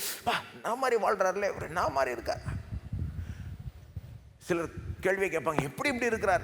ஆனால் யாரும் அவங்களுக்கு சொல்லலைன்னா இப்படி தாங்க இருக்கிறாரு, இயேசுனால தாங்க இப்படி ஆச்சுன்னு யாராவது வாயை திறந்து சொல்லலைன்னா அந்த ஆட்கள் ரட்சிக்கப்படவே முடியாது. வெறும் சாட்சியாய் வாழ்ந்துட்டா, சொல்லலைன்னா ரட்சிக்கப்பட முடியாது. அப்படியே அந்த உதாரணத்தை திருப்பி போடுங்க. சில நேரம் சாட்சி குறைவாக இருந்தால் கூட எடுத்து சொன்னால் ஒருத்தர் ரட்சிக்கப்பட முடியுமா இல்லையா? முடியுங்க. என்ன சொல்ல வர, ரெண்டுமே முக்கியம். சாட்சியாக இருந்தால் தான் நம்ம பேச்சை கேட்பாங்க. நம்ம ஓட்டாண்டியாக இருக்கோம்னா, திருமண வாழ்க்கையும் ஃபெயிலியர்னா, குடும்ப வாழ்வும் ஃபெயிலியர்னா, வேலை சம்பாத்தியம் எல்லாத்துலேயும் ஃபெயிலியர்னா யாரும் நம்ம பேச்சை கேட்கவே மாட்டாங்க. இப்படி இருந்தால் தான் பேச்சை கேட்பாங்க. ஆனால் பேச்சு வரலன்னா அவங்க ரட்சிக்கப்படவே முடியாது. யாராவது அவங்களுக்கு இயேசுவை பற்றி எடுத்து சொல்லலைன்னா ரட்சிக்கப்படுறது சான்ஸே கிடையாது. ஆகவே நல்லா வாழ்ந்து காமிச்சிட்டா போதுன்றதெல்லாம் இல்லை, சொல்லணும். அதாவது சொல்லுவதன் முக்கியத்துவத்தை கிறிஸ்தவர்கள் உணர்ந்து கொள்ள வேண்டும். சொல்லணுன்றது மட்டும் இல்லை, பிரசங்கியுங்கள், சுவிசேஷத்தை பிரசங்கிக்க வேண்டும். எல்லாம் சொல்லுங்க, சுவிசேஷத்தை பிரசங்கியுங்கள். இயேசுனுடைய கட்டளை அதுதான். சுவிசேஷத்தை சொல்லுங்கள்னு சொல்லலை, பிரசங்கியுங்கள். அது ஒரு குறிப்பிட்ட வார்த்தை, பிரசங்கியுங்கள். அப்படின்னா என்ன அர்த்தம்? பிரசங்கியுங்கள்ன்றது திரும்ப திரும்ப நம்ம கேட்டு அவனுடைய அர்த்தத்தை யோசிக்காமலே போயிடுறோம். அதை பற்றி பேசுகிறேன் கேளுங்க. பிரசங்கியங்கள்னு என்ன அர்த்தம்? அதில் 2 காரியங்கள் குறைஞ்சது அடங்கி இருக்கு. ஒன்று it implies a certain way of telling. ஒரு விதமாக சொல்லணுன்றது அதில் அடங்கி இருக்கு. பிரசங்கியங்கள்னா சுவிசேஷத்தை ஒரு விதமாக சொல்லுங்கன்னு சொல்லுது. இன்னொரு காரியம்னா it implies a certain kind of person telling it. ஒரு விதமான ஆள் சொல்லணுன்றது அதில் அடங்கி இருக்கு. 2 காரியங்கள். சுவிசேஷத்தை பிரசங்கிங்கன்னா அதில் 2 விஷயம். ஒரு விதமாக அதை சொல்லுங்க, ஒரு விதமான ஆள் சொல்லணும். ரெண்டுமே பேசலாம். ஒரு விதமாக சொல்லுங்க. எந்த விதமாக சொல்லணும்? எந்த விதமாக சொல்லணும்னா பாருங்கள், ஒரு காரியத்தை சொல்கிறதுக்கு பல விதம் இருக்குல்ல, பல விதத்தில் சொல்லலாம். பிரசங்கன்றது ஒரு குறிப்பிட்ட விதம். அது என்ன விதம்னு கேட்டிங்கன்னா, ஒரு அறிவிப்பு, ப்ரொக்ளைம். சில வேத மொழிபெயர்ப்பில் வரும். ESV எல்லாம் பார்த்தீங்கன்னா ப்ரீச் த காஸ்பிளுக்கு பதிலாக ப்ரொக்ளைம் த காஸ்பிள். சுவிசேஷத்தை அறிவியுங்கள், அனௌன்ஸ் பண்ணுங்க, டிக்ளேர் பண்ணுங்க. பாருங்க, நியூஸை எப்படி சொல்கிறாங்க பார்த்துருப்பீங்க நீங்கள். நியூஸில் வந்து இந்த மாதிரி ஒரு இடத்துல இப்படி ஒரு சம்பவம் நடந்துருச்சுன்னு நினைக்கிறோம், அதை கொஞ்சம் நீங்களும் செக் பண்ணி பாருங்கள் வேணா, அப்படியா சொல்கிறாங்க? இந்த மாதிரி நடந்துருச்சு, நாங்கள் பார்த்துட்டோம், செக் பண்ணிட்டோம், இதுதான் உண்மை, தெரிஞ்சுக்கோங்க, அப்படி தானே சொல்கிறாங்க. அதுதான் அப்படிப்பட்ட ஒரு ஒரு நியூஸ் அறிவிக்கிற மாதிரி ஒரு நிச்சயத்தோடு சொல்கிறது. பாருங்கள், சுவிசேஷத்தை இன்னொருத்தர்கிட்ட பகிர்ந்து கொள்ளும்போது சில நேரம் நீங்கள் உங்கள் ஃப்ரெண்டாக இருக்கலாம், நீங்கள் அப்படியே வாழ்க்கையை பற்றி ஏதோ பேசிகிட்டு இருக்கீங்க, திடீர்னு இயேசுவை பற்றிய டாபிக் வருது. அப்போ நீங்கள் சில நேரம் இப்படி சொல்லலாம், தப்பு கிடையாது. ஏங்க நான் நினைக்கிறேன் இயேசு மெய் தேவன், நீங்கள் வேணால் செக் பண்ணி பாருங்கன்னு. நீங்கள் வேணால் நீங்கள் போய் பாருங்கள், உங்கள் இதில் பாருங்கள். நான் நினைக்கிறேன் இயேசு தான் மெய் தேவன். அது ஒரு விதமாக சொல்லலாம். பாருங்கள், மேடையிலேருந்து சொல்கிறதுக்கும் அங்கே அதில் சொல்கிறதுக்கும் வித்தியாசம் இருக்குல்ல. நீங்கள் ஒருத்தரோட உட்காந்து காஃபி குடிச்சிட்டு இருக்கீங்கன்னா, இங்கே நான் பிரசங்கிக்கிற மாதிரி பிரசங்கிக்க போக முடியாது எப்போவுமே, இல்லையா? அது வேறு விதமாக சொல்கிறதுக்கும் ஓகே தான், ஒன்றும் பிரச்சனை கிடையாது, பல விதத்தில் சொல்லலாம். ஆனால் இப்போ ஒருத்தர் இயேசுவை நம்பாத ஆட்கள், சுவிசேஷத்தை எதிர்க்கிற ஆட்கள், அவங்கள்ட்ட ஆரம்பத்தில் நம்ம அந்த மாதிரி ஒரு தனிப்பட்ட முறையில் மீட் பண்ணி சொல்கிறப்போ கொஞ்சம் சாஃப்டாக சொல்லலாம், இல்லையா? ஏங்க இந்த மாதிரி நான் நினைக்கிறேங்க, என் வாழ்க்கையில் இந்த மாதிரி ஒரு மாற்றம் ஏற்பட்டுருக்குங்க, இயேசு தான் உண்மையான தெய்வன் நான் நினைக்கிறேன், நீங்கள் பாருங்கள், இது உண்மையான நீங்கள் பாருங்கள் அப்படின்னு சொல்கிறதுல தப்பே கிடையாது. ஆனால் பிரசங்கன்றது அதை விட ஒரு உறுதியான சொல். பிரசங்கிங்கள்னு அர்த்தம் என்னன்னா, ஏற்கனவே நடந்துருச்சு விஷயம், இதை நீ அதிகாரத்தோட சொல்லு, தைரியத்தோட சொல்லு, தெளிவுடன் சொல்லு. நான் நினைக்கிறேன் இது முடிஞ்சா பாருங்க, அப்படி இல்லை, இதுதான் சத்தியம், இது நடந்திருக்கு, இதை நம்புங்கள், இதை நம்பினா இப்போ ரட்சிக்கப்படுவீங்க, அப்படி சொல்லுன்னு அர்த்தம். தயக்கத்தோட சொல்லாத, அதிகாரத்தோட சொல்லு, தைரியத்தோட சொல்லு, கூச்சப்படாத, பயப்படாத, தெளிவுடன் சொல்லு, போட்டு குழப்பிக்கிட்டு இருக்காத, தெளிவுடன் சொல்லு. அப்போ பிரசங்கன்றது ஒரு விதமாக சொல்றது, அதிகாரப்பூர்வமாக சொல்லுவது, தைரியமாய் சொல்லுவது, தெளிவுடன் சொல்லுவது.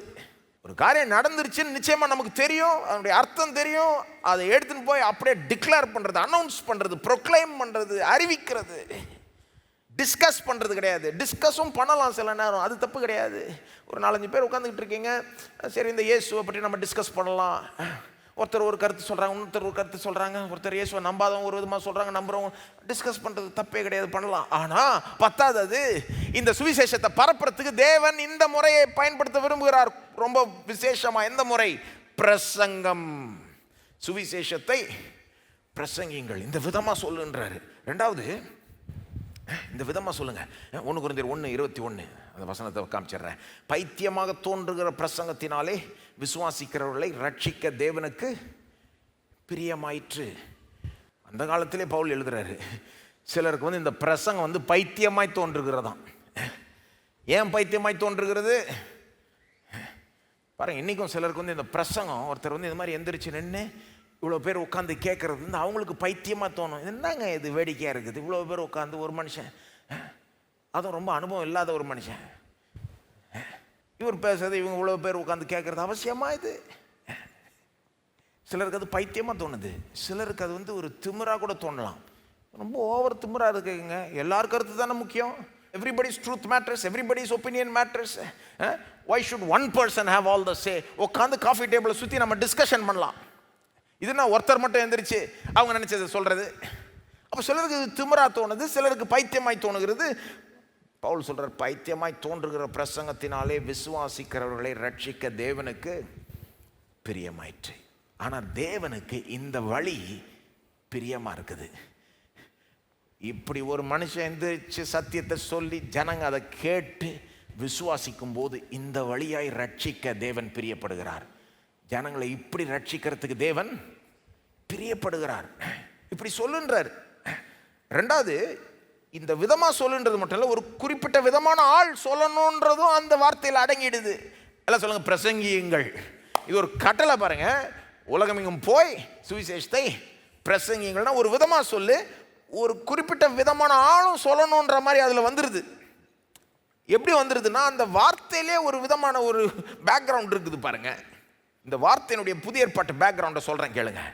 அந்த பிரசங்கிங்கள் இருக்கு பாருங்க, அந்த கிரேக்க மொழி வார்த்தையை எடுத்து படித்து பார்த்தீங்கன்னா அதுக்கு ஒரு பேக்ரவுண்ட் இருக்குது. எப்படிப்பட்ட பேக்ரவுண்ட்னா, அந்த காலத்தில், புதிய ஏற்பாட்டின் காலத்தில் மற்றும் அதுக்கு முன்னால், ஒரு ராஜா வந்து அவர் ஒரு தேசத்துக்கு ஒரு செய்தியை வழங்கணும்னா, செய்தியை சொல்லணும்னா, அவரே போய் பேசிக்கிட்டு இருக்க மாட்டார். ஒவ்வொரு தடவையும் ராஜா வந்து ஜனங்கள்கிட்ட டைரெக்டாக சொல்கிறது பதிலாக என்ன பண்ணுவார், அஃபிஷியல் மெசஞ்சரை தேர்ந்தெடுப்பார். யார் வேணா அப்படியே ராஜாக்காக போய் பேச முடியாது. ராஜா எதை சொன்னார், ராஜா எதை சொன்னார்னு யார் வேணா பேசினா கேட்க மாட்டாங்க ஜனங்க. அப்போ ராஜாவை என்ன பண்ணுவார், சில ஆட்களை தேர்ந்தெடுப்பார். தூதுவன், மெசஞ்சர், அவங்களுக்கு அதிகாரத்தை கொடுப்பாரு, அவங்கள்ட்ட செய்தியை கொடுப்பாரு, அவங்கள அனுப்பி இந்த செய்தியை போய் சொல்லுன்னு அனுப்புவார். அந்த அஃபிஷியல் மெசஞ்சர். இது எப்படி இருக்குன்னா, இன்றைக்கி வந்து பொலிட்டிக்கல் பார்ட்டிஸில் அஃபிஷியல் ஸ்போக்ஸ் பர்சன் வைப்பாங்க இல்லையா. இப்போ ஒரு பார்ட்டியில் எவ்வளோ பேர் இருக்காங்க, சும்மா எல்லாருமே வாய் திறந்து, சிலர் வந்து சில நேரம் வாய் திறந்து ஏதாவது எடுக்குன்னு பேசிடுவாங்க. அப்போ உடனே பார்ட்டி சொல்லுவாங்க, இல்லை இல்லை அது எங்கள் கருத்து கிடையாது, அவர் ஏதோ பேசிட்டார். அவர் நான் அஃபிஷியல் ஸ்போக்ஸ் பர்சனா, அவர் தமிழில் வந்து செய்தி தொடர்பாளர்னு வரும். அதிகாரப்பூர்வமான அந்த அஃபிஷியல் ஸ்போக்ஸ் பர்சன், இந்த பார்ட்டியை ரெப்ரசன்ட் பண்ணக்கூடிய ஆளை பார்ட்டியை தேர்ந்தெடுத்து அவங்களுக்கு அதிகாரத்தை கொடுத்து அவங்க மூலமாக மெசேஜை கன்வே பண்ணுவாங்க. இப்போ அந்த காலத்தில் அந்த ராஜா அந்த மாதிரி செய்வாங்க பாருங்க. அந்த ஆளுக்கு பேர் தான் பிரசங்கியார்.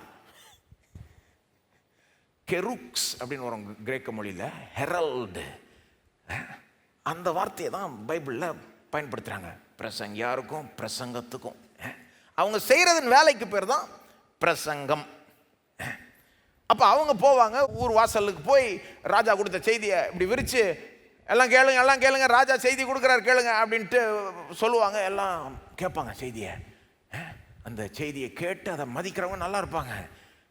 கேட்காதவங்க, கீழ்ப்படியாதவங்க, மதிக்காதவங்க நல்லா இருக்க முடியாது. ராஜாவுடைய செய்தியாச்சே. அந்த தூதுவன் சாதாரண ஆளாக இருப்பான், ஆனால் அவன் கொண்டு வர்றது யாருடைய செய்தி, ராஜாவுடைய செய்தி. இதுதான் பேக்ரவுண்டு பாருங்க. இந்த மாதிரி பின்னணியில் பயன்படுத்தப்பட்ட வார்த்தை, ராஜாவுடைய அஃபிஷியல் மெசஞ்சருக்கு பயன்படுத்தின அந்த வார்த்தை தூதுவன், ஹெரல்டு. அந்த வார்த்தையை கொண்டு வந்து புதிய ஏற்பாடு என்ன சொல்லுது, அதை வைத்து என்ன சொல்ல வருது, ராஜாதி ராஜா வந்து சிலரை அஃபிஷியலாக தேர்ந்தெடுத்திருக்கிறார், தமக்கென்று பேசும்படி, தமக்கு பிரதிநிதியாக அந்த விதத்தில் இருந்து அவருடைய செய்தியை வழங்கும்படி சிலரை ஸ்பெஷலாக இதுக்குன்னு தேர்ந்தெடுத்து அழைச்சி அவங்களுக்கு அதிகாரம் கொடுத்து அந்த செய்தியை கொடுத்து அவளை அனுப்பி இந்த செய்தியை போய் ஜனங்கள்கிட்ட சொல்லுன்னு அனுப்புகிறார். அதுக்கு பேர் தான் பிரசங்கியார். புதிய ஏற்பாட்டில் பிரசங்கியார்ன்றார் வார்த்தைக்கு அர்த்தம் அதுதான். மேடையிலிருந்து பேசுகிறவங்க எல்லாருமே புதிய ஏற்பாட்டின்படி பிரசங்கியார் கிடையாது. தாளந்துடைய எல்லாருமே, பேச்சு திறமை உடைய எல்லாருமே புதிய ஏற்பாட்டின்படி பிரசங்கியார் கிடையாது. ஜனங்க பார்வையில் பிரசங்கியாராக இருக்கலாம், ஆனால் புதிய ஏற்பாட்டின்படி ஒரு பிரசங்கியார்னா அவனுக்கு ஒரு பேச்சு திறமை இருந்தால் பத்தாது, அவன் பார்க்குறதுக்கு வாட்டச்சாட்டமாக இருந்தால் மட்டும் பத்தாது, அவன் சொல்கிறது ஜனங்க கேட்டால் மட்டும் பத்தாது. இல்லை, அதையும் தாண்டி முக்கியமான ஒரு கிரைட்டீரியா என்னென்னா, அந்த மனுஷனை தேவன் இதற்கென்றே தேர்ந்தெடுத்து அபிஷேகம் பண்ணி செய்தியை கொடுத்து அனுப்பி இதை சொல்லு. அந்த மாதிரி ஆள் தான் புதிய ஏற்பாட்டின்படி பிரசங்கியார்.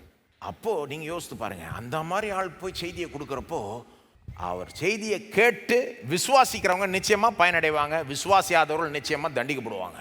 அதனால தான் இயேசுவே சொல்கிறார், உலகம் எங்கும் போய் சுவிசேஷத்தை பிரசங்கியுங்கள், விசுவாசம் உள்ளவனாகி ஞானஸ்தானம் பெற்றவன் ரட்சிக்கப்படுவான், விசுவாசியாதவனோ ஆக்கினைக்குள்ளாக தீர்க்கப்படுவான். இந்த செய்தியை கேட்டுட்டு நியூட்ரலாக இருக்கவே முடியாது. ஒன்று ஆசீர்வாதம், இல்லைன்னா வேற என்னமோ. ஏன்னா இது ராஜாவுடைய செய்தி. ஆள் வந்து சாதாரண ஆளாக இருக்கலாம், ஆனால் செய்தி வந்து ராஜாவுடைய செய்தி பாருங்க. அப்போது இப்படி பிரசங்கியார்கள் போய் சொல்லணும்னு இயேசு சொல்கிறார் இந்த வசனத்தில். நல்லா கவனிங்க. Great commission is for all believers, they have a role. எல்லா விசுவாசிகளுக்கும் இந்த கட்டளையை செய்கிறதுல ஒரு பங்கு உண்டு. பங்கு இருக்குதா? நிச்சயமாக உண்டு.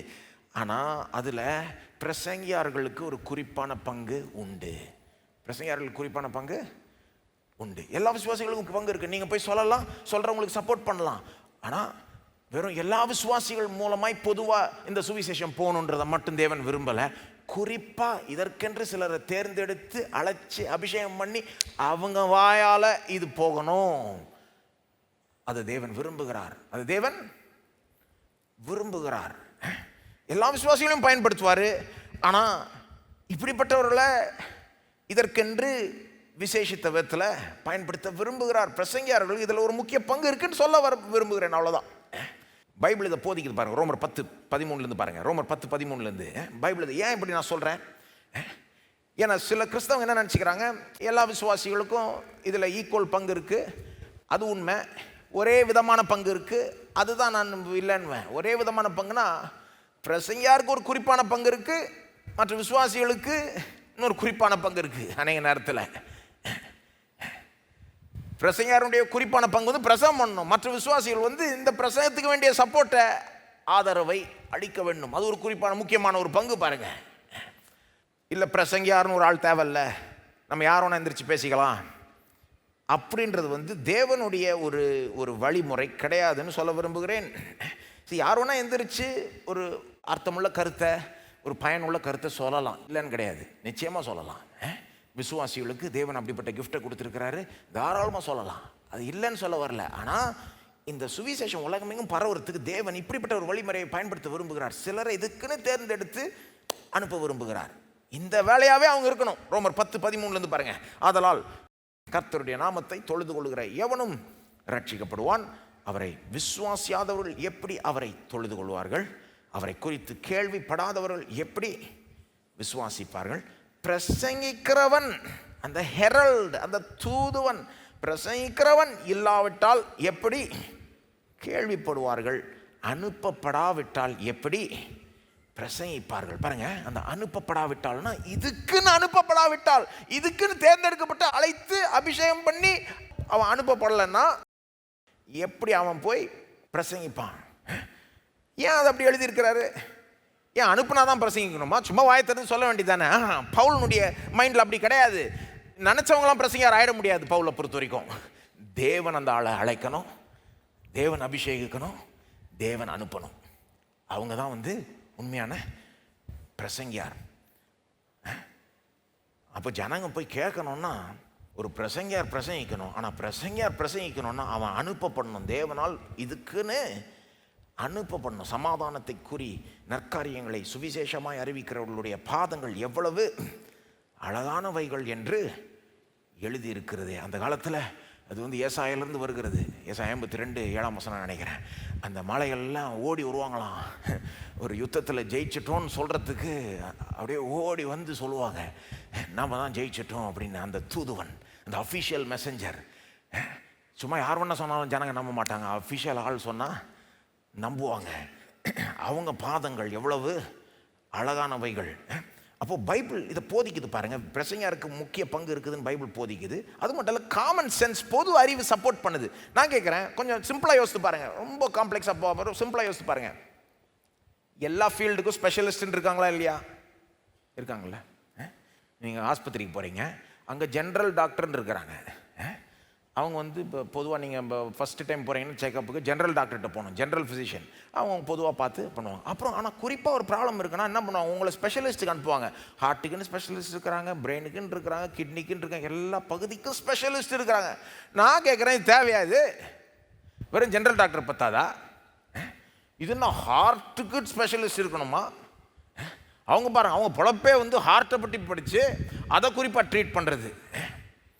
இது மெடிக்கல் ஃபீல்டில் மட்டும் இல்லை, எல்லா ஃபீல்ட்லேயும் அந்த இதுக்குன்னு ஸ்பெஷலிஸ்ட் இருக்காங்க. ஏன்னா ஒவ்வொன்றுத்துலையும் கற்றுக்கிறதுக்கு அவ்வளோ இருக்குது. ஒவ்வொன்றுத்துலையும் அதை கற்றுக்கிட்டு அதை எடுத்து அதை பயன்படுத்தி ஜனங்களுக்கு உதவுற மாதிரி எடுத்து அதை சொல்லி இது வந்து எல்லாராலையும் ஈக்குவலாக நல்லா பண்ண முடியுன்றது வந்து முட்டாள்தனம் இல்லையா? அதுலேயே ஸ்பெஷலைஸ் ஆகி அதில் எக்ஸ்பர்ட் ஆகி பண்ணுறவங்களும் நல்லா பண்ணலாம். இப்போ நான் கேட்குறேன், எல்லாத்துக்கும் ஸ்பெஷலிஸ்ட் இருக்கலாம், இதுக்கு மட்டும் ஸ்பெஷலிஸ்ட் இருக்க தேவை இல்லையா? சுவிசேஷத்தை பிரசங்கிக்கிறதுக்கு மட்டும் ஸ்பெஷலிஸ்ட்டு தேவை கிடையாது. சில கிறிஸ்தவர்களுடைய கருத்து அப்படி இருக்குது. இப்போ உங்களை பொதுவாக சொல்கிறேன் பாருங்கள். நான் சில கிறிஸ்தவங்க என்ன சொல்கிறாங்க, இதெல்லாம் கிடையாது, நம்ம ஃப்ரீயாக இருக்கிற நேரத்தில் நம்ம ஊழியம் பண்ணிக்கலாம். இப்படி தாராளமாக ஃப்ரீயாக இருக்கிற நேரத்தில் ஊழியம் பண்ணிங்க. ஆனால் எல்லாரும் அப்படி பண்ணால் ஓகேன்னு கேட்குறேன் நான். அப்போ ஃப்ரீயாக இருக்கிற நேரத்தில் படித்தா போதும், ஃப்ரீயாக இருக்கிற நேரத்தில் வசனத்தை புரிஞ்சுக்கிட்டா போதும். ஃபுல்லாக படித்தே புரிஞ்சிக்க முடியல. என்னங்க முழு நேரம் இதில் இருந்து படித்து இதையே பொழப்பாக பார்த்தோம், சில நேரம் குழப்பி அது ஏங்க நாம் நினைக்கிறோம் ஹார்ட் அவ்வளோ காம்ப்ளெக்ஸ்ன்னு. Heart specialist, okay. இந்த ஹார்ட்டை படைச்சவரை நாங்கள் படிச்சுக்கிட்டு இருக்கிறோம். சரிங்களா? இப்போ எது இன்னும் ஒரு கஷ்டமானதுன்னு நீங்களே யோசித்து பாருங்க. இவர் வேற லெவல் மகிமையான தேவனுங்க. இவருடைய புஸ்தகம் வேற லெவல் மகிமையான ஒரு காரியம். இதனுடைய ஆழத்தை யாரும் ஜீரணிக்கவே முடியாது. ஆக்சுவலாக அதை பார்க்கவே முடியாது இந்த ஆழத்தை. இப்போ இதுக்கு ஸ்பெஷலிஸ்ட் தேவையில்லைன்னு எப்படி நம்ம நினைப்போம்? சுவிசேஷத்தை பிரசங்கிக்கிறத விட, சுவிசேஷத்தை இன்னொருத்தர்கிட்ட சொல்றதை விட ஒரு முக்கியமான வேலை இந்த உலகத்தில் இருக்கான்னு கேட்குறேன் நான். சரி, எல்லா வேலையும் முக்கியம்தான். ஆனால் இதை சொல்றப்போ ஒருத்தருடைய நித்தியமே அதனால் பாதிக்கப்படுது இல்லையா? அது கரெக்டாக சொல்லணும், அவங்க அதை கேட்கணும், விசுவாசிக்கணும். அவங்க விசுவாசிச்சா அவங்க நித்தியமே மாற்றப்படலாம். அப்போ எவ்வளோ முக்கியமான வேலை. இப்போ நான் கேட்குறேன், இந்த முக்கியமான வேலைக்கு ஸ்பெஷலிஸ்ட் தேவையில்லை எப்படி நினைப்பது நம்ம? அது சரியாக இருக்க முடியாது இல்லையா? பொது அறிவு வச்சு யோசித்து பார்த்தீங்கனாலே நம்ம என்ன முடிவுக்கு வந்துடுவோம்? நிச்சயமாக இதுக்கு ஸ்பெஷலிஸ்ட் வேணும். எல்லாத்துக்கும் ஸ்பெஷலிஸ்ட்னா இதுக்கு வேணும். சுவிசேஷ பிரசவம் பண்ணுறதுக்கு ஸ்பெஷலிஸ்ட்டு வேணும். இதற்கென்று அவங்க வாழ்க்கையை அர்ப்பணித்து அவங்க வேலையே இதை தான் படிக்கணும், இதுதான் தியானிக்கணும், இந்த தேவனை தியானிக்கணும், அவர் செய்ததை தியானிக்கணும். அதையே யோசித்து இது எப்படி எடுத்து சொல்லலான்றதை ட்ரை பண்ணி இதிலேயே ஃபோக்கஸ் பண்ணி இதுக்குன்னு ட்ரைனிங் பெற்று இதிலேயே போனால் தான் அது நல்லா வரும்ன்றது புரிஞ்சுக்கிறது கஷ்டமாக. அது நீங்கள் புரிஞ்சுக்கிறீங்க இல்லை? ஆனால் சில கிறிஸ்தவங்க புரிஞ்சிக்க மாட்டாங்க தெரியுமா உங்களுக்கு? நம்ம எல்லாரும் நம்ம வேலையை பார்த்துக்கிட்டு ஃப்ரீயாக இருக்கிற நேரத்தில் பைபிளை படிச்சுக்கிட்டு ஒரு நம்ம முடிஞ்ச அளவுக்கு ஊழியத்தை செஞ்சுக்கிட்டு ஜனங்கள்கிட்ட சொன்னால் அதுவே போதும். இன்னும் பிரசங்கியார் இதே வேலையாக உட்காந்துக்கிட்டு பைபிளை படிக்கிறேன்ட்டு மற்றவங்க இவ்வளோ சப்போர்ட் பண்ணிக்கிட்டு இதெல்லாம் தேவையான்னு சொல்கிறவங்க இருக்கிறாங்க. அதுக்காக நான் இது பாருங்கள், இதனால சுவிசேஷ ஊழியம் தடையாகிறதுன்னு சொல்லுகிறேன். உங்களுக்கு தெரியுமா, இன்னைக்கு நிறைய பேர் ஊழியத்துக்குள்ள வராததுக்கு காரணமே என்னன்னா, இதில் போனால் எப்படி நம்ம சாப்பிட்றதுன்னு நினைக்கிறாங்க. இதனால ஊழியத்துக்கு வராதது ஒரு நல்ல காரணமான்னு கேட்குறேன் நான். சரியான காரணமான்னு நான் கேட்குறேன். ஏன்னா கிறிஸ்தவ என்வாயர்மெண்ட், அந்த சூழல் அப்படி ஆயிடுச்சு. தடைகளை பற்றி தான் பேசி கொண்டிருக்கிறோம். பிரசங்கம் எவ்வளோ முக்கியம். ஒரு குறிப்பிட்ட விதமான ஆள் தேவனை தேர்ந்தெடுத்து இதற்கென்று அபிஷேகித்து இதற்கென்று அனுப்புகிறார். இதை தேவன் செய்ய விரும்புகிறார் என்பதை நாம் புரிஞ்சுக்கணும். இது தேவனுக்கு பிரியமான ஒரு வழிமுறை என்பதை நாம் புரிஞ்சுக்கணும். பாருங்க, அதை புரிஞ்சுக்கிட்டோம்னா நம்ம வேற விதமாக நடந்துப்போம். பாருங்க, ஏன் நான் உங்கள்கிட்ட இதை எடுத்து சொல்கிறேன்? நீங்கள் யோசிக்கலாம், ஏங்க பைபிள் காலத்தில் பேச வேண்டியது ஏங்க எங்கே பேசிக்கிட்டு இருக்கீங்க? பிரசங்கியார்கள்ட்ட சொல்ல வேண்டியது ஏன் சொல்கிறேன் கேளுங்க. நீங்கள் இதை புரிஞ்சுக்கணும். தேவன் இந்த பூமி எங்கும் சுவிசேஷத்தை பரப்ப விரும்புகிறார். ஆனால் அவருக்குன்னு ஒரு வழி இருக்குது. அந்த வழியின் பிரகாரம் வெறும் எல்லா விசுவாசிகளையும் பொதுவாக பயன்படுத்தணுன்றது மட்டும் இல்லாமல் சிலரை இதற்கென்று தேர்ந்தெடுத்து இந்த வேலையாகவே வைக்க விரும்புகிறார். அவங்க வாயை அபிஷேகிக்க விரும்புகிறார். தேவனுடைய மவுத் பீஸாக அவங்க வாயை பயன்படுத்த விரும்புகிறார். அது அவருடைய வழிமுறை. இதை புரிஞ்சுக்கிட்டோன்னா உடனே நாம் எப்படிப்பட்ட ஆட்களாக மாறிடுவோம்னா, நம்மில் இருக்கிற பெஸ்ட் ஆளுங்க இதில் போகணும்னு நம்ம விரும்புவோம் மாட்டோமா? இப்போ பேசலாம். இது ஏன் பேசுகிறேன்னா, பொதுவாக கிறிஸ்தவங்கள்ட்ட ஏன் இதை பேசுகிறேன்னா, இதை புரிஞ்சிக்காதனால தான் நிறைய கிறிஸ்தவங்க எப்படி இருக்காங்கன்னா, சில கிறிஸ்தவங்க எப்படி இருக்காங்கன்னா, மார்க் வரலையா, வேறு காலேஜில் அட்மிஷன் கிடைக்கலையா, சரி பைபிள் காலேஜ் வேணா போயிடு, வேறு எதுவும் ஒழுங்காக வரலையா இதுக்கு போயிடு. ஏன்னா டாக்டர் ஆகிறதுக்கு ரொம்ப ரொம்ப நல்ல மார்க் வேணும்ல, பைபிள் படிக்கிறதுக்கு அதுக்கு ஒன்றும் தேவையில்லை. கிறிஸ்தவங்களே இப்படி இருக்கிறாங்க.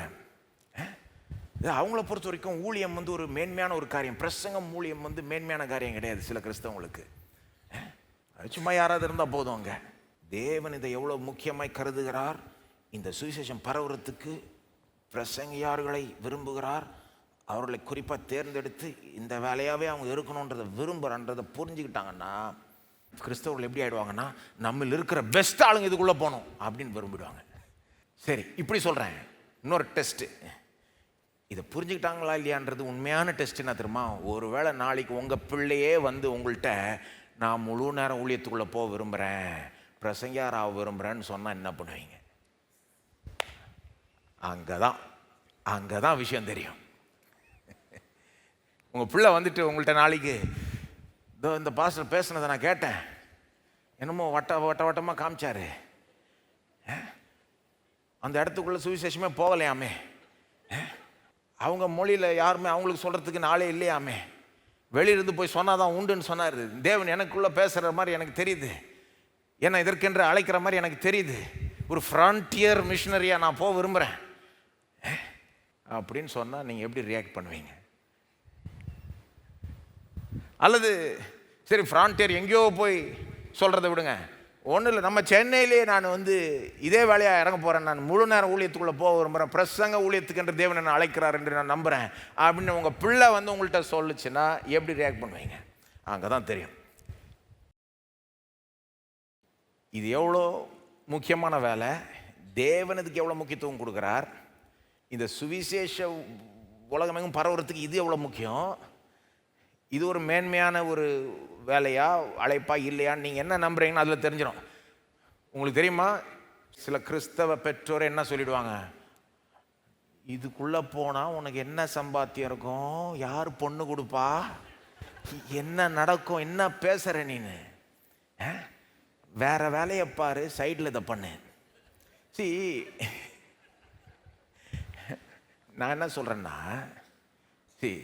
இப்போ இந்த மாதிரி பிரசவம் பண்ணுறோன்றதுனால ஒருத்தர் இதை கேட்டு ஒரு வாலிபன் இமோஷ்னலாக மூவ் ஆகிறதுக்கு வாய்ப்பு இருக்குது. மேப்பை இப்போ பார்த்து நம்ம பிரசவம் பண்ண எங்கே உட்காந்து கேட்க இமோஷ்னலாக அவங்க மூவ் ஆகி ஆமாம் நானும் போகிறேங்க அங்கே போகிறேன் அப்படின்னு உங்கள்கிட்ட சொன்ன உடனே போப்பான்னு நீங்கள் சொல்லணும்னு நான் சொல்லலை. நீங்கள் பெற்றோர், உங்கள் பிள்ளைக்கான பொறுப்பு உங்களுக்கு கொடுக்கப்பட்டிருக்கு. நீங்கள் ஞானமோடு ஜபத்தோடு பொறுமையுடன் இந்த காரியங்களை சிந்தித்து உண்மையிலே இதற்கான அழைப்பு உங்கள் பிள்ளைக்கு இருக்கா, அதற்கான அறிகுறிகள் இருக்கா, அடையாளங்கள் இருக்கா, இதை பற்றி ஜெபிச்சு காத்திருந்து மற்றவங்கள்ட்ட பேசி கொஞ்சம் ஞானம் உள்ளவர்கள்ட்ட போய் மேபி பாஸ்டர்கிட்ட போய் பேசி, அப்போ இது ரொம்ப ரொம்ப கொஞ்சம் நேரம் எடுத்து முடிவு எடுக்கிற ஒரு காரியம். சும்மா இதை லேஸில் முடிவு எடுங்கன்னு சொல்ல. என்ன சொல்கிறேன்னா, சில பெற்றோர் இதை ஆப்ஷனாகவே கன்சிடர் பண்ண மாட்டாங்க, இதெல்லாம் முக்கியமே இல்லைன்னுவாங்க, ஒருத்தருடைய அழைப்பை அவங்களே தடை பண்ணுவாங்க. அதுதான் சொல்கிறேன், ஏன்னா இது எவ்வளோ முக்கியன்றதை அவங்க புரிஞ்சுக்கல, கடவுளுக்கு இது எவ்வளோ முக்கியன்றதை அவங்க புரிஞ்சுக்கல. இதை புரிஞ்சுக்கிட்டா உங்கள் பிள்ளைய நாளைக்கு நான் ஃப்ரான்டியர் மிஷினரி ஆகணும், லோக்கல் மிஷினரி ஆகணும், லோக்கல் இவாஞ்சலிஸ்ட் ஆகணும்னு சொன்னால் நீங்கள் அதுக்கு ஓப்பனாக இருப்பீங்க. ஓகே, ஒரு வேளை இருக்கலாம். இதை புரிஞ்சுக்கிட்டா நீங்கள் முழு நேரம் பிரசங்க ஊழியத்தை செய்கிறவர்களுக்கு சப்போர்ட் பண்ணணுன்றதில் இன்னும் உறுதியாக இருப்பீங்க. இன்றைக்கி கண்டவங்களும் யூடியூப்பில் கண்டதையும் பேசிக்கிட்டு இருக்காங்க. பிரசங்கியாரில் போட்டு சில நேரம் பிரசங்கியார்களும் இருக்க வேண்டிய விதத்தில் இருக்கிறது இல்லை. அது பாருங்க, யாருமே பர்ஃபெக்ட் கிடையாது. சிலர் இதை எடுத்துக்கிட்டு எல்லா பிரசங்கியார்களையும் போட்டு டம்மால் டிமில்னு இது பண்ணி இவங்க எல்லாருமே இப்படி தான். அப்போ இப்படி பேசுகிறப்போ ஜனங்களுக்கு என்ன ஆகிடுது, சந்தேகம் ஆகிடுது, இதெல்லாம் நம்ம சப்போர்ட் பண்ணணுமா, இதெல்லாம் என்ன இது. ஒரு காரியத்தை புரிஞ்சுக்கணும், தேவனுக்குன்னு சில வழிமுறைகள் இருக்குது. யாருமே பர்ஃபெக்ட் இல்லை. பர்ஃபெக்ட் இல்லாத ஆட்களை தேர்ந்தெடுத்து அவருடைய இந்த முக்கியமான வேலைக்கு பயன்படுத்த விரும்புகிறார். அதை நீங்கள் புரிஞ்சுக்கிட்டீங்கன்னா அவங்கள எப்படி சப்போர்ட் பண்ணணுமோ இன்னும் உறுதியாக சப்போர்ட் பண்ண பார்ப்பீங்க. அவங்களுக்காக ஜாப் பண்ணுவீங்க, அவங்க ட்ரைனிங் பெறணும் அப்படின்னு நீங்கள் விரும்புவீங்க. ஃபைனான்ஷியலாக எல்லா விதத்துலையும் சொல்கிறேன் நான். பாருங்கள், உங்கள் சபையார், இந்த சபையாருக்கு நான் சொல்ல விரும்புகிறேன், இந்த சபையினுடைய அங்கத்தினராக நீங்கள் இருக்கிறீங்கன்னா, இந்த சபையினுடைய மெம்பராக இருக்கிறீங்கன்னா, எங்கள் பைபிள் காலேஜை நீங்கள் சப்போர்ட் பண்ணுறீங்க, தெரிஞ்சோ தெரியாமலையோ. ஏன்னா ஒருத்தர் பாருங்கள், நிறைய பிரசங்கியார்கள் நாங்கள் ட்ரெயின் பண்ணுறோம். சில கிறிஸ்தவங்க இதுலேயும் பாருங்கள் எடக்கு முடக்கா பேசிகிட்டு இருப்பாங்க. ட்ரைனிங் தேவையா, பைபிள் காலேஜ் தேவையா, மீன் பிடிக்கிற பேதர் எந்த பைபிள் காலேஜுக்கு போனார், எந்த டிகிரி பெற்றார்? நான் சொல்கிறேன், மீன் பிடிக்கிற பேதரு 3 வருஷம் தினந்தோறும் இயேசுகிட்ட ட்ரைனிங் பெற்றாரு. வேற எந்த பைபிள் காலேஜும் கிட்ட கூட வர முடியாது. முழு நேரம் ட்ரைனிங்கு, எந்நேரமும் அவரு கூடவே. சில முட்டாள்தன கருத்துகள் இருக்கு பாருங்க, அதெல்லாம் தேவையில்லை. இப்படி ஒரு கருத்து கிறிஸ்தவர்களுக்குள்ள இருக்கிறதுனால உங்களுக்கு தெரியுமா, எத்தனை பைபிள் காலேஜுங்களுக்கு பைசா இல்லை. வருத்தப்படக்கூடிய காரியம். அவங்களுக்கு போதுமான அளவுக்கு ஃபண்ட்ஸ் இல்லை. ஆனால் உங்களுக்கு நான் சொல்ல விரும்புகிறேன், நம்ம பைபிள் காலேஜை இந்த சபை தான் சப்போர்ட் பண்ணுது. ஸ்டூடெண்ட்ஸுக்கிட்ட நாங்கள் அவ்வளோ ஃபீஸ் சார்ஜ் பண்ணுறது கிடையாது. நீங்கள் ஏற்கனவே இப்படிப்பட்ட முக்கியமான ஊழிய காரியங்களை நீங்கள் செய்து கொண்டிருக்கிறீர்கள். இந்த சபையில் நீங்கள் ஒரு மெம்பராக இருந்தீங்கன்னா, இங்கே கொடுக்குறீங்கன்னா பாருங்கள், இதெல்லாம் பாருங்கள், இதெல்லாம் முக்கியமான காரியங்கள், ரொம்ப முக்கியமான காரியங்கள். சரி, ரெண்டாவது தடை, பிரசங்கியார்களுடைய முக்கியத்துவத்தை உணர்ந்துட்டா நம்ம வேறு விதமாக நடந்து கொள்வோம். இதற்கான தடைகள் எடுத்து போடப்படும், இன்னும் முன்னேறும் இந்த ஊழிய பணி. ரெண்டாவது, an incorrect view of signs and wonders. அற்புதங்கள் அடையாளங்களை குறித்த ஒரு தவறான கருத்து, அதுவே இந்த சுவிசேஷம் உலகம் எங்கும் போகாதபடி கொஞ்சம் தடுத்து நிறுத்துதுன்னு நான் நினைக்கிறேன். அற்புதம் அடையாளத்தை குறித்த தவறான கருத்து.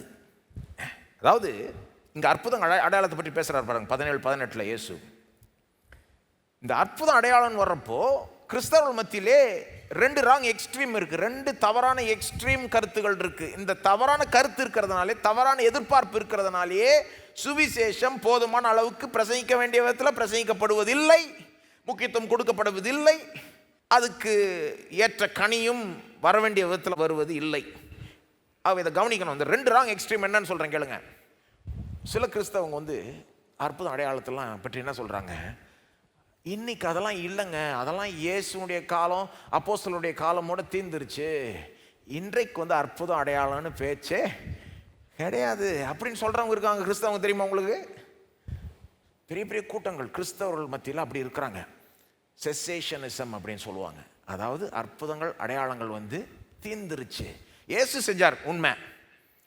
அப்போஸ்தலர் புஸ்தகத்திலாம் வாசிக்கலாம், பேதுரு, யோவான், பவுல்லாம் செஞ்சாங்க உண்மை. ஆனால் அவங்க காலத்தோடு அதெல்லாம் முடிஞ்சிருச்சு, இனி அதெல்லாம் நடக்கும்னு எதிர்பார்க்குறது தப்பு. இன்னைக்கு நடக்கிறதும் இல்லை, நடக்கவும் முடியாது அப்படின்னு சொல்லுகிறவர்கள் கிறிஸ்தவர்களே இருக்கிறாங்க. அப்போ அப்படி அவங்க நினைக்கிறப்போ அற்புத அடையாளத்தையே அவங்க எதிர்பார்க்கவே இல்லை, அது நடக்காதுன்னு சொல்லிக்கிட்டு இருக்கவங்களுக்கு எப்படி நடக்கும்? நடக்காது. இப்போ நடக்காத பட்சத்தில் இதனால எத்தனை பேர் சுவிசேஷத்தை நம்பாமல் இருக்கிறாங்க, கேள்விப்படாமல் இருக்காங்க? யோசித்து பாருங்க நீங்கள். ஆனால் அது உண்மையே கிடையாது பாருங்க. இன்னைக்கு அற்புதம் அடையாளம் இல்லைன்னு சொல்றது முற்றிலும் தப்பு. என்கிட்ட யாராவது அப்படி சொன்னாங்கன்னா நான் என்ன சொல்வேன்னா, அப்போஸ்தலரோட தீர்ந்துருச்சுன்னு சொன்னால் நான் சொல்லுவேன், ஏங்க சின்ன வயசில் எனக்கு ஞாபகம் இருக்கேன், எங்கள் அப்பாவோட நான் இந்த மீட்டிங்ஸுக்கு போவேன், பிரம்மாண்டமான அற்புதம் அடையாளம் பார்த்துருக்கேன் என் கண்ணால். பார்வை இல்லாதவர்கள் பார்த்ததை நான் கண்ணால் பார்த்துருக்கேன். ஸ்டேஜில் ஒரு ஓரமாக உட்காந்துட்டு சின்ன பையனா காது கேட்காதவங்களுக்கு கேட்குது, நடக்க முடியாதவங்க நடக்கிறத பார்த்துருக்கேன். அவங்க நடக்க முடியாததை பார்த்தேன், அப்புறம் நடக்கிறத பார்த்தேன். என்கிட்ட சொல்ல முடியாது அற்புதம் அடையாளம் இல்லைன்னு யாரும் சொன்னால் நான் ஏற்றுக்கவே மாட்டேன். பிரம்மாண்டமான பேய் பிடிச்சவங்க, பிசாசு பிடிச்சவங்க அப்படியே பிசாசுனால் அகப்பட்டு அப்படியும் இது ஆகி அப்புறம் முற்றிலும் அதுலேருந்து குணமாகி அப்படியே அவங்க முகமே தெளிவாய், முகத்தில் ஒரு சமாதான சந்தோஷம், அதெல்லாம் நான் நேரில் பார்த்துருக்கேன். பிரம்மாண்டமான, நான் சொல்கிறேன் பெரிய பிரம்மாண்டமான அற்புதங்கள் அடையாளங்கள். அது மட்டும் இல்லை, சில நேரம் நான் இங்கே நின்று ஜெபிக்கிறப்போ சிலர் ஜெபத்துக்காக வருவாங்க, சிலர் சாட்சி சொல்கிறதுக்குனே வருவாங்க. எனக்கு இப்படி நடந்ததுங்க, அப்படி நடந்ததுங்கன்னு கிட்டத்தட்ட ஒவ்வொரு வாரமும் குறைஞ்சது கொஞ்சம் பேர் அது சாட்சி சொல்லிட்டு போகிறாங்க. அப்போது இது இன்னைக்கு நடக்கிறது இல்லைன்னு சொல்கிறது முற்றிலும் தவறு. இதை பற்றி இன்னும் நீங்கள் ரொம்ப ப்ராப்பராக அகடமிக்காக என்ன எவிடன்ஸ் இருக்குது அப்படின்னு கேட்டிங்கன்னா ஒரு புஸ்தகத்தை சொல்லுவேன், மிரக்கிள்ஸ் டுடே பை கீனர், KEENER. அவர் ஆதாரப்பூர்வமாக காமிக்கிறார், அகடமிக்காக எழுதுறாரு, எப்படி இன்றைக்கும் அற்புதம் அடையாளம் நடக்குது அப்படின்னு எவிடன்ஸோடு எழுதுறாரு பாருங்க. அப்போ அப்படி அந்த எக்ஸ்ட்ரீம் தப்பு. இன்னைக்கு அற்புதம் அடையாளம் இல்லைன்னு சொல்றது தப்பு. இப்போ இந்த எக்ஸ்ட்ரீம் எப்படி தப்போ, சில கிறிஸ்தவம் இன்னொரு எக்ஸ்ட்ரீமுக்கு போய் அற்புதம் அடையாளம் தான் எல்லாம் அப்படின்ட்டு ஊழியத்தையே அற்புத அடையாளத்தை பற்றி ஆக்கிடுறாங்க. அதுதான் அவங்க ஊழியத்தினுடைய நம்பர் 1 ஃபோக்கஸ், அதுதான் ஊழியத்தினுடைய மையம், அதுதான் எல்லான்ற மாதிரி ஆக்கிடுறாங்க. அதில் சிலர் அதை அப்படியே ஒரு எக்ஸ்ட்ரீமுக்கு கொண்டு போகிறவங்களாம் இருக்கிறாங்க. சொல்லப்போனால் அமெரிக்காவில் கொஞ்சம் காலம் முன்னால் மலைப்பகுதிகளில் அப்பலேஷியா மவுண்டன்ஸ்ன்ற ஒரு பகுதியில் இந்த 18ஆம் வசனத்தை எடுத்துக்கிட்டு சிலர் ஊழியத்தையே அதை வச்சு செய்ய பார்த்தாங்க, அதை மையமாக வச்சு. இந்த 18ஆம் வசனம் சொல்லுது இல்லை, சர்ப்பங்களை எடுப்பார்கள், சாவுக்கு ஏதுவான யாதொன்றை குடித்தாலும் அது அவர்களை.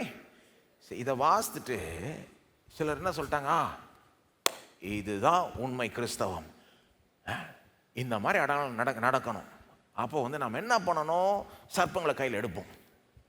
விஷமான சர்ப்பமாக இருந்தால் என்ன, அது ஒன்றும் நம்மளை சேதப்படுத்தாது, இதுதான் உண்மையான இப்படின்ட்டு ஸ்னேக் ஹேண்ட்லர்ஸ், நான் உங்களுக்கு ஒரு பேர் இருக்குது, ஸ்னேக் ஹேண்ட்லர்ஸ். இதை எடுத்துக்கிட்டு இந்த மாதிரி ஒரு ஒரு சில ஊழியங்களே, சில சபைகளே அவங்க இப்போ நீங்கள் சண்டே சர்ச்சுக்கு போனீங்கன்னா அங்கே என்ன மேடையில் நடக்கும்னா பாம்பு எடுத்து இப்படி காமிச்சிக்கிட்டு இருப்பாங்க. எப்படி இருக்கும் உங்களுக்கு இந்த மாதிரி இருந்தால்? நீங்கள் நம்ப மாட்டீங்க, எத்தனை பாஸ்டர்கள் அந்த மாதிரி இறந்துருக்காங்க பாம்பு கடிச்சு, தெரியுமா உங்களுக்கு? இப்படிப்பட்ட பகுதிகளை, கொஞ்சம் குழப்பமான பகுதிகளை தெளிவான பகுதிகளை வச்சு வியாக்கியானம் பண்ணணும். பைபிளினுடைய மற்ற ஒட்டுமொத்த போதனையின் வெளிச்சத்தில் வியாக்கியானம் பண்ணணும். கொஞ்சம் சர்ப்பங்கள்லாம் பேசுது. நான் நினைக்கிறேன் பாயிண்ட் சர்ப்பங்கள் கிடையாது, பாயிண்ட் வந்து அதை விட பெருசு. பைபிளில் உங்களுக்கே தெரியும், சர்ப்பங்களுக்கும் பிசாசுக்கும் ஒரு சம்பந்தம் இருக்குது இல்லையா? அப்போ ஃபஸ்ட்டுலேருந்து ஆதியாகமம் 3ஆம் அதிகாரத்திலே பிசாசானவன் சர்ப்பத்தின் வடிவத்தில் ஏவாள்கிட்ட வருகிறான். லூக்கா 10ஆம் அதிகாரம் 18-19 இயேசு வந்து சர்ப்பங்களை பற்றியும் பேசுகிறாரு, பிசாசை பற்றியும் பேசுகிறாரு, ரெண்டையும் சேர்த்து பேசுகிறாருங்க. இது கிட்டத்தட்ட இந்த மாதிரி இருக்கும் அந்த பகுதி. லூக்கா 10 பாருங்க, அது தெளிவான பகுதி. அதை வச்சு இங்கே இதை புரிஞ்சுக்கணும் பாருங்க. லூக்கா 10:18-19 அவர்களை அவர் நோக்கி, சாத்தான் மின்னலை போல வானத்திலிருந்து விழுகிறதை கண்டேன். இப்போ சாத்தான் விழுறதை நான் பார்த்தேன்றாரு. பிசாசை விரட்டிட்டு வந்தாங்க, இயேசுகிட்ட சொல்றாங்க, ஐயோ ஆண்டவரே உம்முடைய நாமத்தில் பிசாசை விரட்டிட்டு வந்தோம் அப்படின்னா இயேசு சொல்றாரு, நான் சாத்தான் விழுறதையே பார்த்தேன் அப்படின்றாரு. அப்புறம் 19, இதோ சர்ப்பங்களையும் தேள்களையும் மிதிக்கவும் சத்துருடைய சகல வல்லமையையும் மேற்கொள்ளவும் உங்களுக்கு அதிகாரம் கொடுக்கிறேன், ஒன்றும் உங்களை சேதப்படுத்த மாட்டாது. கிட்டத்தட்ட இந்த வசனம் மாதிரி இருக்கு பாருங்க. ஆனால் இன்னும் தெளிவாக இருக்கு. என்ன சொல்றாரு இயேசு? சாத்தானே விழுறான் நம்ம பண்ற ஊழியனால. சர்ப்பங்களையும் தேள்களையும் மிதிக்க சத்துருவனுடைய சகல வல்லமையையும் மேற்கொள்ள உங்களுக்கு அதிகாரம் கொடுத்தேன். நம்ம சத்ரு வந்து சர்ப்பம் கிடையாது, பாம்பு கிடையாது, பிசாசு. இயேசு வந்து பிசாசுனுடைய கிரியைகளை அழிக்கும்படி வந்தார். நாமும் அவரை போல பிசாசுனுடைய கிரியைகளை அழித்து கொண்டு வருகிறோம். புதிய ஏற்பாட்டில் எங்கேயுமே ஒரு தேவ மனுஷன் போய் இப்போ நம்ம பாம்பை கையில் எடுப்போம், ஏதாவது பண்ணுதான் பார்ப்போம் செய்து நீங்கள் பார்க்கவே முடியாது. ஒரு இடத்துல அப்போஸ்தலனாகிய பவுல், ஒரு பாம்பு வந்து அவர் கையை கடிச்சிருது. அப்போஸ்தலர் 28:3 வசனத்தில் வாசித்து பார்த்தீங்கன்னா, 3ஆம் வசனத்துலேருந்து வாசித்து பாருங்க. அப்போஸ்தலனாகிய பவுல் வந்து ஒரு மால்டான்ற இடத்துல ஒரு பாம்பு, ஒரு விஷப்பாம்பு கடிச்சு, அந்த ஊர் ஜனங்களாம் அதை பார்த்துட்டு, ஐயோ இந்த ஆள் பெரிய பாவம் பண்ணியிருப்பார் போல இருக்கு, அதுதான் கடிச்சிருச்சு, சாக போறாருன்னு நினைச்சாங்க. சாகலை, பாம்பு செத்துருச்சு. அதை பார்த்துட்டு ஊர் ஜனம் என்ன நினச்சிட்டாங்க, ஒரு கடவுளாக இருக்கணும், விஷப்பாம்பு கடிச்சு ஒன்றுமே ஆகலை. அந்த மாதிரி ஒரு காரியத்தை குறிக்குதுன்னு வேணா சொல்லலாம் பாருங்க. அதாவது ஊழிய பணியில் போய் இறங்கி சுவிசேஷத்தை பிரசங்கிக்கிற வேலையில் போய் இறங்கும் செய்யும் போது பல விதமான எதிர்ப்புகள் வரும். என்ன வேணா நடக்கலாம். பிசாசானவன் எதிர்ப்பான். சில நேரம் பாம்பே, அந்த இடத்துல பாம்பே கிடைக்குது, ஆனால் அது உன்னை சேதப்படுத்தாது. ஏன்னா தேவன் உனக்கு சத்ருவின் அதிகாரத்தின் மேல் அதிகாரம் உனக்கு கொடுத்துருக்கிறாரு. அதை மிதிக்கக்கூடிய, பிசாசானவனை மிதிக்கக்கூடிய, மேற்கொள்ளக்கூடிய அதிகாரத்தை உனக்கு கொடுத்துருக்க. அப்போ அப்படி வியாக்கியானம் பண்ணணும் பாருங்க. இதை இப்போ வந்து இந்த மாதிரி அடையாளம் அற்புதம்ன்ற எக்ஸ்ட்ரீமில் போகிறவங்க இது இந்த மாதிரிலாம் இதை எடுத்துக்கிட்டு கந்த குளமாக்கி இருக்கிறாங்க. அப்போ 2 எக்ஸ்ட்ரீமும் தப்பு. அற்புதம் அடையாளம் இல்லைன்னு சொல்கிறது தப்பு. இதுதான் எல்லாம் ஊழியத்தினுடைய நம்பர் 1 ஃபோக்கஸே இதுதான். நான் கேட்குறேன், நீங்கள் யோசித்து பாருங்க. அற்புதம் அடையாளம் தான் ஊழியத்தில் நம்பர் 1 ஃபோக்கஸ். ஊழியமே அற்புதம் அடையாளம் தான் அப்படின்னு ஒருத்தர் செய்கிறாங்கன்னா அது புதிய ஏற்பாட்டின்படி கரெக்டான்னு கேட்குறேன். யோசித்து பாருங்க. அற்புதம் அடையாளம் தான் எல்லாம், அதான் நம்பர் 1 ஃபோக்கஸ், அதுதான் எல்லாம், அதுதான் ஊழியத்தின் மையம் அப்படின்னு ஒருத்தர் செய்கிறாங்கன்னா அது புதிய ஏற்பாட்டின்படி அது கரெக்டான்னு கேட்குறேன். புதிய ஏற்பாடு என்ன அப்ரோச்சை சொல்லி தருதுன்னா, அற்புதம் அடையாளம் இருக்குது, இன்றைக்கும் நடக்குது, தேவன் செய்கிறார், அவர் மாறாதவர். ஆனால் அதனுடைய ஃபங்க்ஷன் என்ன, அதனுடைய ரோல் என்ன? சுவிசேஷ செய்தியை உறுதிப்படுத்துறதுக்குன்னு இருக்கு. அற்புதம் அடையாளத்துக்கு சில ரோல் வச்சிருக்கிறார் தேவன். பல ரோல்ஸ் இருக்கு. ஒருத்தருடைய விசுவாசத்தை தூண்டி விடுது, கூட்டத்தை கொண்டு வருது. சுவிசேஷ செய்தியை என்ன பண்ணுது? உறுதிப்படுத்துது. Signs and wonders confirm the gospel message. பாருங்க 16:20 பாருங்க. 16:20 அவர்கள் புறப்பட்டு போய் எங்கும் பிரசங்கம் பண்ணினார்கள், கர்த்தர் அவர்களுடனே கூட கிரியையை நடப்பித்து அவர்களால் நடந்த அடையாளங்களினாலே வசனத்தை உறுதிப்படுத்தினார். எல்லாம் சொல்லுங்க, கர்த்தர் அடையாளங்களினாலே வசனத்தை உறுதிப்படுத்தினார். அப்போ அவங்க பிரசங்கம் பண்றாங்க, அந்த பிரசங்கம் பண்ற அந்த வசனத்தை தேவன் அற்புதம் அடையாளத்தை கொண்டு உறுதிப்படுத்துறார். உறுதிப்படுத்துறதுனா கன்ஃபார்ம் பண்றது. கன்ஃபார்ம் பண்றதுனா ஒரு காரியத்தை இன்னும் நிச்சயமாக்குறது. கரெக்டா? இப்போ ஒருத்தர் வந்து உங்கள்கிட்ட, நானே உங்க வீட்டுக்கு வரேன்னு வைங்க, புதன்கிழமை, சும்மா உதாரணத்துக்கு சொல்றேன். உங்களுக்கு செவ்வாய்க்கிழமை நைட்டு கொஞ்சம் டவுட் ஆயிடுது, ஃபோன் பண்ணி நாளைக்கு வந்துடுறீங்களாங்க, கன்ஃபார்ம் தானேங்க? அப்போ நான் என்ன சொல்றேன், கன்ஃபார்ம் சொன்னேன்னே உங்களுக்கு இன்னும் ஷுவர் ஆகிடுது, இன்னும் நிச்சயம் ஆகிடுது. அப்போ நாம் மெயின் வேலை என்னது? சுவிசேஷத்தை பிரசங்கிக்கணும். அற்புதம் அடையாளத்தை செய்கிறது கிடையாது, சுவிசேஷத்தை பிரசங்கிக்கணும். அந்த பிரசங்கம் போகும்போது தேவன் என்ன பண்ணுறார்? அற்புதம் அடையாளத்தை செஞ்சு அந்த பிரசங்கத்தை கன்ஃபார்ம் பண்ணுறார். மெயின் வேலை வந்து சுவிசேஷத்தை பிரசங்கம் பண்ணுங்கள். 15ஆம் வசனம். பிரசங்கம் பண்ணுறப்போ சிலர் விசுவாசிப்பாங்க. விசுவாசிக்கிற இடங்களில் அற்புதம் அடையாளமும் நடக்கும். அது வந்து வசனத்தை உறுதிப்படுத்தும். அதான் அர்த்தம். இது வந்து இந்த பகுதியில் மட்டும் இல்லை, புதிய ஏற்பாடு முழுவதும் இந்த போதனையை பார்க்கலாம். நீங்கள் அப்போஸ்தலர்லாம் போய் பார்த்தீங்கன்னா அப்போஸ்தலர் கையால் அநேக அடையாளங்கள் நடக்குது, அற்புதங்கள் நடக்குது. அப்போஸ்தலர் 5:12 வாசித்து பாருங்கள். ஆனால் இன்னும் உன்னிப்பாக கவனமாக வாசித்தீங்கன்னா அப்போஸ்தலரை அந்த அற்புதம் அடையாளம் எப்படி ஃபங்க்ஷன் ஆகுது, அதுக்கு என்ன ரோல் இருக்குதுன்னு பார்க்கலாம். உதாரணத்துக்கு அப்போஸ்தலர் 8:6-7 வாசித்தீங்கன்னா பிலிப்பு சமாரியாவில் போய் பிரசங்கம் பண்ணுறாரு, சுவிசேஷம் சொல்கிறாரு, அற்புதம் அடையாளம் செய்கிறாரு. நீங்கள் அதை வாசித்து பாருங்கள். அப்போஸ்தலர் 8:6 பிலிப்பு செய்த அந்த அதிசயங்களை ஜனங்கள் கண்டு அவர் சொன்ன அந்த செய்தியை இன்னும் கவனிச்சாங்க. அதிசயத்தை பார்த்த பிறகு செய்தியை இன்னும் நல்லா கவனிச்சாங்க. அல்லது அப்போஸ்தலர் 14:3 பாருங்க. பவுலும் பர்னபாவும் ஊழியம் செய்கிறாங்க, சுவிசேஷத்தை பிரசங்கம் பண்ணுறாங்க. அங்கே என்ன சொல்லப்பட்டிருக்கு? கர்த்தர் வந்து இந்த அடையாளங்களை கொண்டு அற்புதங்களை கொண்டு அவர்கள் வசனத்துக்கு சாட்சி கொடுத்தார்னு சொல்லப்படுது. தமது கிருபையுள்ள வசனத்திற்கு சாட்சியாக அடையாளங்களும் அற்புதங்களும் அவர்கள் கைகளால் செய்யும்படி அனுகிரகம் பண்ணினார். அல்லது எபிரேயர் 2:3-4 வாசித்து பாருங்க. அங்கேயும் அதே கருத்து பார்க்கலாம். அது அற்புதம் அடையாளத்துக்கு ஒரு ரோல் இருக்கு, அது முக்கியம். ஆனால் அதனுடைய ரோல் என்னன்னா அந்த வசனத்தை உறுதிப்படுத்துறது. அடையாளங்களினாலும் 4ஆம் வசனம் அற்புதங்களினாலும் பலவிதமான பலத்து செய்கைகளினாலும் தம்முடைய சித்தத்தின்படி பகிர்ந்து கொடுத்த பரிசுத்த ஆவியின் வரங்களினாலும் தேவன் தாமே சாட்சி கொடுத்ததுமாய் இருக்கிற இவ்வளவு பெரிதான ரட்சிப்பை குறித்து அப்படின்னு சொல்லப்படுது பாருங்க. அதாவது இவங்க செய்தி வழங்குறாங்க, தேவன் வந்து அங்கிருந்து சாட்சி கொடுக்குறார். ஆமா இவங்க சொல்றது கரெக்ட். எப்படி சாட்சி கொடுக்குறாரு? அற்புதம் அடையாளம் செஞ்சு. அப்போ அற்புதம் அடையாளத்தினுடைய ரோல் ரோமர் 15:18 அங்கேயும் பவுல் சொல்றாரு, புறஜாதியார் எப்படி வந்து சுவிசேஷத்தை கேட்டு கீழ்ப்படிஞ்சாங்க, விசுவாசிச்சாங்கன்னா அற்புதம் அடையாளங்களின் பலத்தினாலும் தேவ ஆவியின் பலத்தினாலும் அப்படின்னு சொல்றாரு. வார்த்தை மட்டும் இல்லை, வார்த்தையினாலும் செய்கையினாலும். ஆனால் என்ன சொல்ல வரேன், நம்பர் 1 வந்து சுவிசேஷ பிரசங்கம், வசனத்தை பிரசங்கிக்கிறது. அற்புதம் அடையாளம் கிடையாது. அற்புதம் அடையாளம் என்ன பண்ணுது? அந்த வசனத்தை, பிரசங்கிக்கப்படுற வசனத்தை உறுதிப்படுத்துது. சில நேரம் ஜனங்க வந்து அற்புதம் அடையாளத்துக்கு தான் நம்பர் 1 முக்கியத்துவத்தை கொடுக்கணும்னு எதிர்பார்ப்பாங்க.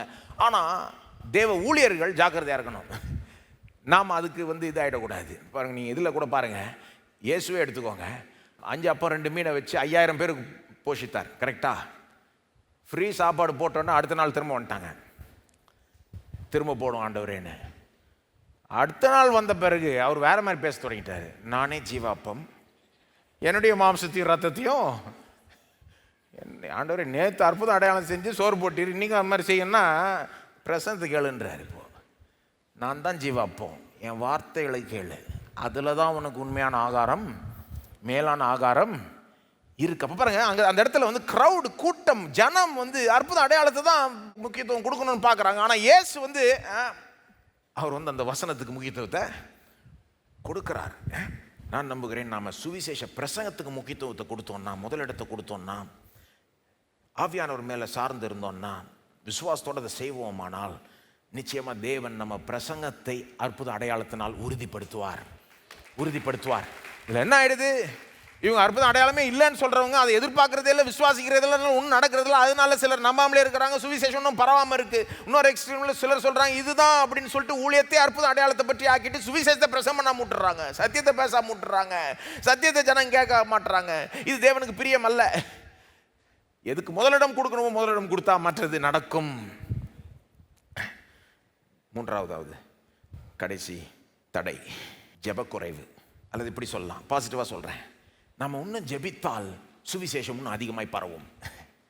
நாம் இன்னும், அதாவது பொதுவாக ஜெபித்தா கிடையாது, குறிப்பாக இதுக்குன்னு ஜெபித்தா சுவிசேஷம் இன்னும் அதிகமாக பரவும். பொதுவாக பொதுவாக கிறிஸ்தவர்கள்ட்ட ஜெபக்குறைவு இருக்குதுன்றது உண்மை. ஆனால் நான் அதை பற்றி பேசலை. குறிப்பாக இதுக்காக கிறிஸ்தவர்கள் ஜெபிக்காததுனால இது இன்னும் நல்லா போகல. சுவிசேஷம் உலகமெங்கும் ஏன் இன்னும் போகல, அல்லது இன்னும் எப்படி போகலாம்? ஜெபம் இதற்கென்றே ஜெபிக்கணும். கிறிஸ்தவர்களாக நாம் பல காரியங்களுக்காக ஜெபிக்கிறோம். நம்முடைய வாழ்க்கைக்காக ஜெபிக்கிறோம், ஆவிக்குரிய வாழ்க்கை, நம்முடைய சரீர பூமிக்குரிய வாழ்க்கை, நம்முடைய குடும்பம், வேலை, சம்பாத்தியம், பொருளாதாரம், ஹெல்த்து, எல்லாத்துக்காக ஜெபிக்கிறோம். இதுக்காக ஜெபிக்கிறோமா? சுவிசேஷம் உலகம் எங்கும் போகணும், கேள்விப்படாத மக்கள் கேள்விப்படணுன்றதற்காக ஜெபிக்கிறோமான்னு கேட்குறேன். இயேசு இதற்காக ஜெபிக்க சொல்கிறார் பாருங்க. மத்தேயு 9 36 பாருங்க, மத்தேயு 9:36. அவர் திரளான ஜனங்களை கண்ட பொழுது அவர்கள் மெய்ப்பன் இல்லாத ஆடுகளைப் போல தோய்ந்து போனவர்களும் சிதறப்பட்டவர்களுமாய் இருந்தபடியால் அவர்கள் மேல் மனதுருகி. அப்போ ஜனங்களை பார்க்குறாரு, பெரிய தேவை இருக்குது, ஜனங்களுக்கு நல்ல ஒரு முன்மாதிரி இல்லை, போதிக்கக்கூடிய ஆள் இல்லை, சரியான வழியில் நடத்தக்கூடிய ஆள் இல்லை. அதை பார்த்துட்டு அவர் வருத்தப்படுறாரு, அவர்கள் மீது மனதுருகிறாரு. எப்படி ரெஸ்பாண்ட் பண்ணுறாரு? 37ஆம் வசனம், தம்முடைய சீஷர்களை நோக்கி, அறுப்பு மிகுதி, வேலையாட்களோ கொஞ்சம். 38, ஆதலால் அறுப்புக்கு எஜமான், அறுவடைய எஜமான் தமது அறுப்புக்கு வேலையாட்களை அனுப்பும்படி அவரை வேண்டிக் கொள்ளுங்கள் என்றார். என்ன சொல்றாரு?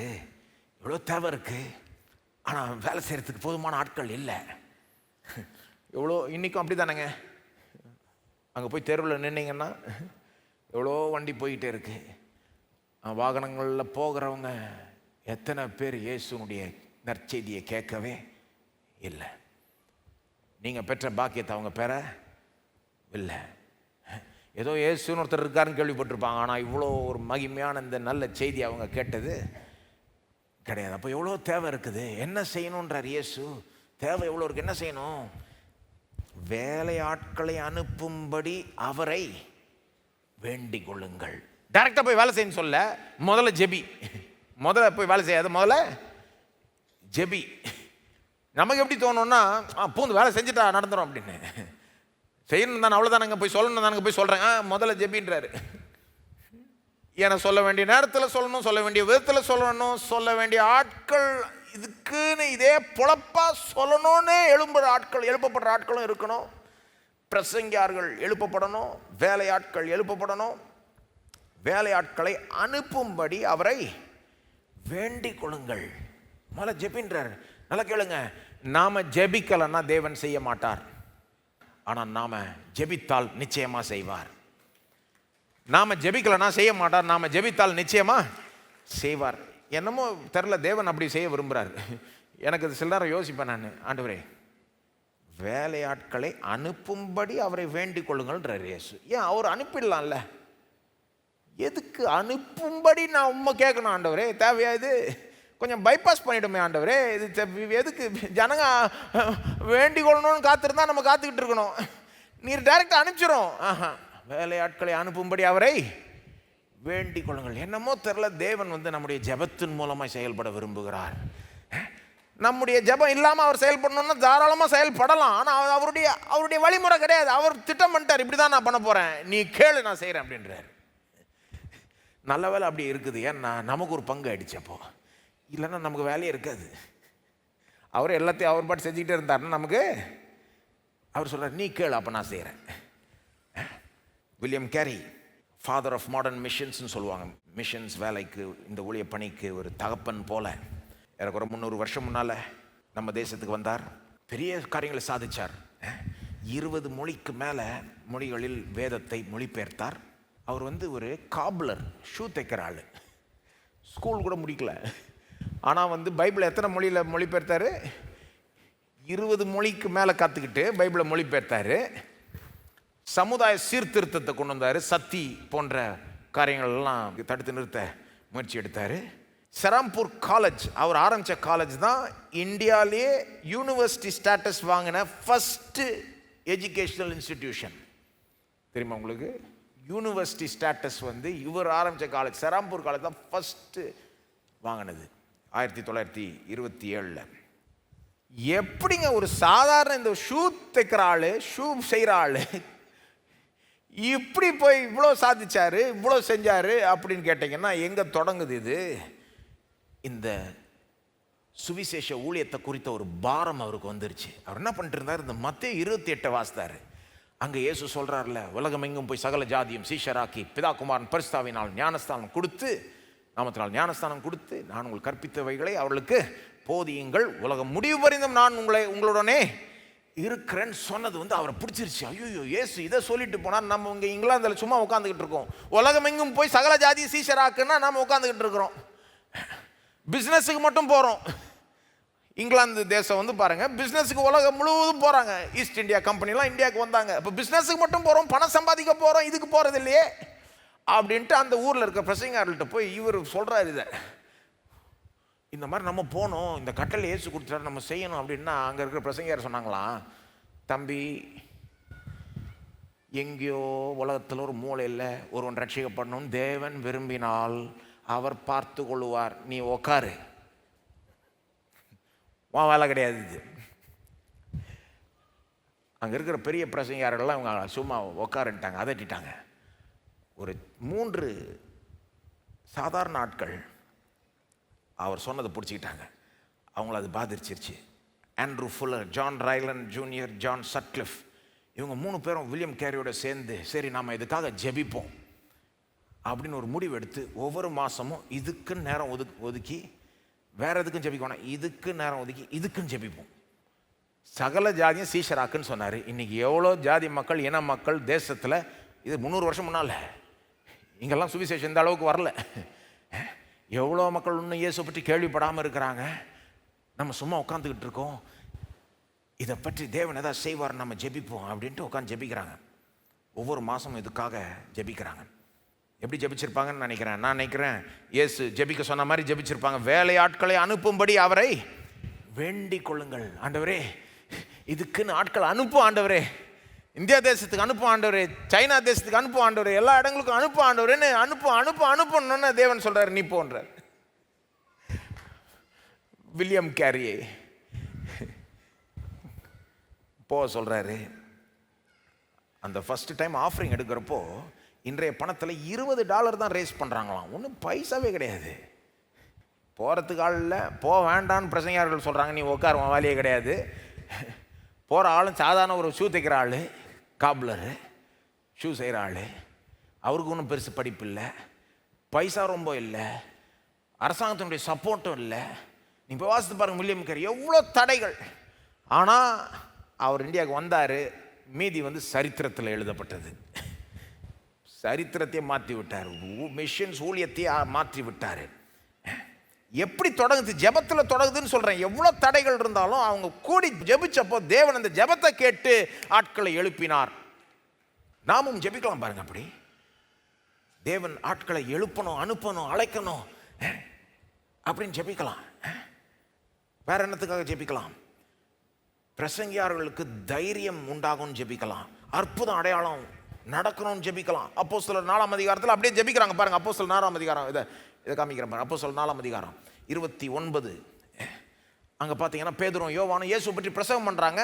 அந்த ஊர் அதிகாரிகள் அவங்கள மிரட்டுறாங்க, இயேசுவை பற்றி பிரசவம் பண்ணக்கூடாது, நீனு சிலுவையில் அறையப்பட்டவர் உயிர்த்தெழுந்தார்னு பிரசவம் பண்ணாத, பிரசவம் பண்ண உதைப்பேன் அடிப்பேன் அப்படின்றாங்க. அவங்க போய் மற்ற விசுவாசிகள்கிட்ட சொல்லி அப்புறம் அந்த விசுவாசிகள் அதை கேட்டு என்ன பண்ணுறாங்க? புலம்பலை ஜெபிக்கிறாங்க. எல்லாம் சொல்லுங்க, புலம்பாதீங்க, ஜெபியுங்கள். புலம்புறதுக்கு பால என்னைக்காவது புலம்பணும் போல தோணுச்சுன்னா ஒரு ஜெபத்தை ஏறிடுங்க.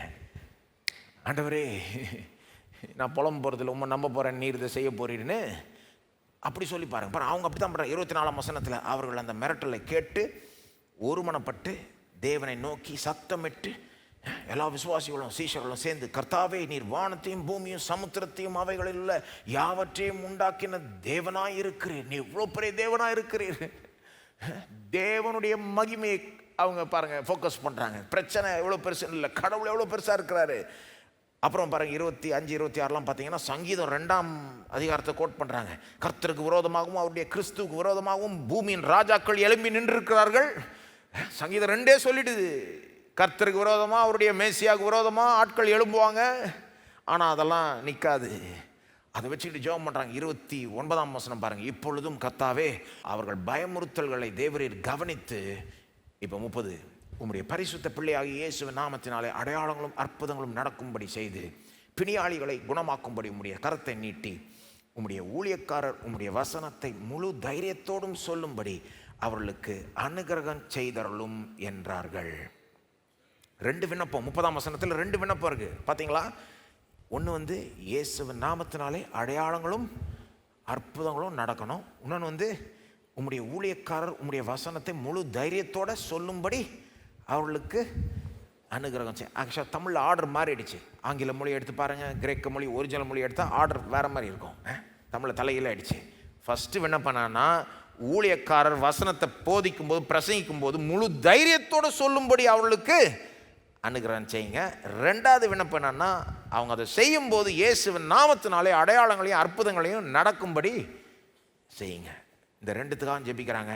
அவங்க ஜெபம் கேட்கப்பட்டதா? 31 பாருங்க. அவர்கள் ஜெபம் பண்ணின போது அவர்கள் குடியிருந்த இடம் அசைந்தது. அவர்கள் எல்லாரும் பரிசுத்த ஆவியினால் நிரப்பப்பட்டு தேவ வசனத்தை தைரியமாய் சொன்னார்கள். பதில் கிடைச்சிருச்சு. தைரியமாக சொல்லணும்னு ஜெபிச்சாங்க. அந்த இடமே அசைக்கப்பட்டு ஆவியினால் நிரம்பி வசனத்தை தைரியமாக சொல்கிறாங்க. இவங்க மிரட்ட இவங்க வசனத்தை தைரியமாக சொல்கிறாங்க. அடுத்த அதிகாரத்தில் 5ஆம் அதிகாரம் 12ஆம் வசனத்தில் பார்த்தீங்கன்னா அடுத்த விண்ணப்பமும் கிடைக்குது. அவங்க கேட்ட அடுத்த விண்ணப்பத்துக்கு பதிலும் கிடைக்குது. அப்போஸ்தலர் 5:12 சொல்லுது, அப்போஸ்தலருடைய கைகளினாலே அநேக அடையாளங்களும் அற்புதங்களும் ஜனங்களுக்குள்ளே செய்யப்பட்டது. அப்போது பாருங்க, நாம் ஜெபிக்கலைன்னா நடக்காது. நாம் ஜெபிச்சா பெரிய காரியங்கள் நடக்கும். குறிப்பாக இதுக்கு ஜெபிக்க வேண்டும். சபையார் கிறிஸ்தவர்களாக நாம் இதற்காக ஜெபிக்கணும். என்னன்னு ஜெபிக்கணும்? ஆண்டவரே, பிரசங்கியார்களுக்கு தைரியத்தை தாரும்.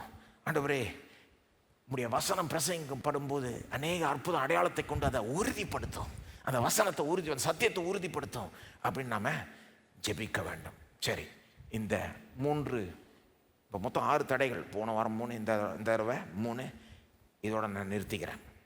இதோட இந்த மார்க் எழுதின சுவிசேஷத்தை நம்ம முடிவுக்கு கொண்டு வருகிறோம்.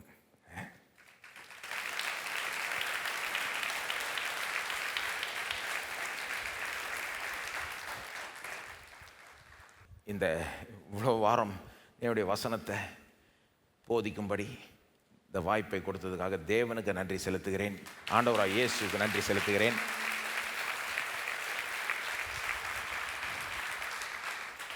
I thank Jesus for letting me preach about him. அவரை பற்றி பிரசங்கிக்கிறதுக்கு நான் கொடுத்து வச்சிருக்கணும். அவரை பார்க்க எனக்கு அவரை எடுத்து சொல்கிறது எனக்கு ரொம்ப பிடிக்குது. இயேசுவை ஃபோக்கஸ் பண்ணுறது.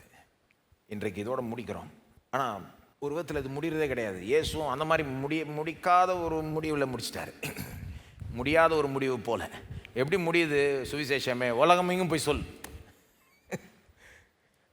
மத்தேயுவில் எப்படி சொல்கிறாருன்னா, உலகம் முடிவு பரியந்தம் நான் உடனே கூட இருக்கிறேன். அப்படின்னா என்ன அர்த்தம்னா, நான் திரும்ப வர வரைக்கும் சொல்லிக்கிட்டே அதுதான் முடிவு. முடிவே கிடையாது, சொல்லிக்கிட்டே இரு. இந்த சுவிசேஷத்துக்கும் ஒரு விதத்தில் முடிவில்லை. இந்த ஊழிய பணிக்கும் இயேசு வர வரைக்கும் முடிவு இல்லை. இதுதான் நம்ம வேலை, சொல்லிக்கிட்டே இருக்க வேண்டும்.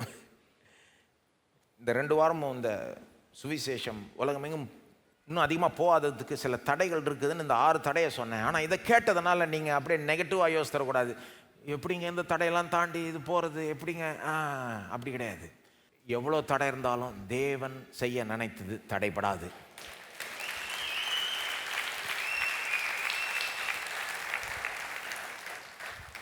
நான் நினைக்கிறேன், அதனால தான் என்னை பேச வைக்கிறாரு. சிலதெல்லாம் இதை வைத்து கொண்டே சிலரை பயன்படுத்தி அதை அகற்றுவார். அந்த தடைகளை சிலதெல்லாம் அகற்றி வசனத்தை கொண்டு அவர் செயல்படுவார். தேவன் ஒரு காரியத்தை தீர்மானிச்சிட்டார்னா பாருங்க, மனுஷன் ஒரு காரியத்தை தீர்மானிச்சாலே நடக்கும்னு வேதமே போதிக்குது. அப்போ தேவன் தீர்மானிச்சார்னா இது தேவனுடைய திட்டம். பாருங்க, உலகமெங்கும் சுவிசேஷம் பரவணுன்றது தேவனுடைய நம்பர் 1 அஜெண்டா. நம்பர் 1. அதனால தான் இதோட லிங்க் பண்ணிக்கணும். இதோட லிங்க் பண்ணால் உங்கள் வாழ்க்கையும் நல்லா இருக்கும். பாருங்க, இதுதான் அவருடைய நம்பர் 1 அஜெண்டா. நிச்சயமாக இதை நிறைவேற்றியே தீருவார். பிசாசு எவ்வளோ தடை பண்ணாலும், உலகம் எவ்வளோ உபத்திரவப்படுத்தினாலும், சபைக்குள்ளே எவ்வளோ சண்டை இருந்தாலும், இவங்களுக்குள்ள சபை எவ்வளோ ஒற்றுமை இல்லைனாலும், எவ்வளோ குழப்பம் இருந்தாலும், எவ்வளோ அறியாமல் இருந்தாலும், எல்லாத்தையுமே கடந்து அதுக்குன்னு ஆட்களை எழுப்பி ஒன்று ஒன்றா மூவ் பண்ணி அந்த பிளானை நிறைவேற்றியே தீருவார் தேவன்.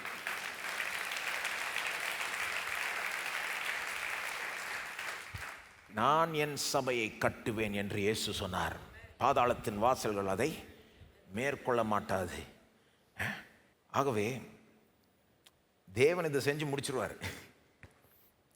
எப்படி செஞ்சு முடிப்பார்ன்ற ஒரு படத்தையும் நம்ம கொடுத்துறாரு பைபிள்லே. அந்த வசனத்தை கடைசியாக வாசிக்க விரும்புகிறேன். வெளிப்படுத்தல் 7ஆம் அதிகாரம் 9, 10 ஆகிய வசனங்கள். வெளிப்படுத்தல் 7, 9, 10. இது உண்மையிலே நடந்து முடியுமாங்க? உலகமெங்குமே சுவிசேஷம் பரவி எல்லா இன மக்கள் மத்தியிலையும் போயிடுமாங்க? அந்த எல்லா இன மக்களும் கேள்விப்பட்டு இயேசுவை நம்பி விசுவாசி ரட்சிக்கப்படுவாங்களாங்க? அதிலிருந்து எல்லா இன மக்கள் இருந்து ஜனங்கள் ரட்சிக்கப்படுவாங்களாங்க அப்படின்னு கேட்டீங்கன்னா நிச்சயமாக நடக்கும். ஏன்னா வேதம் அதை சொல்லுது பாருங்க. வெளிப்படுத்தல் 7, 9. யோவானுக்கு ஒரு தரிசனம் கிடைக்குதாங்க. இவைகளுக்கு பின்பு நான் பார்த்தபோது, பரலோக காட்சி பார்க்குறாரு, இதோ சகல ஜாதிகளிலும் கோத்திரங்களிலும் ஜனங்களிலும் பாஷைக்காரரிலும் இருந்து வந்ததும். எப்படி சொல்றாரு பாருங்க, எல்லா ஜாதி கோத்திரம் ஜனம் பாஷைக்காரர்லிருந்து வராங்க. ஒருவனும் என்ன கூடாதுமான திரளான கூட்டமாகிய ஜனங்கள்.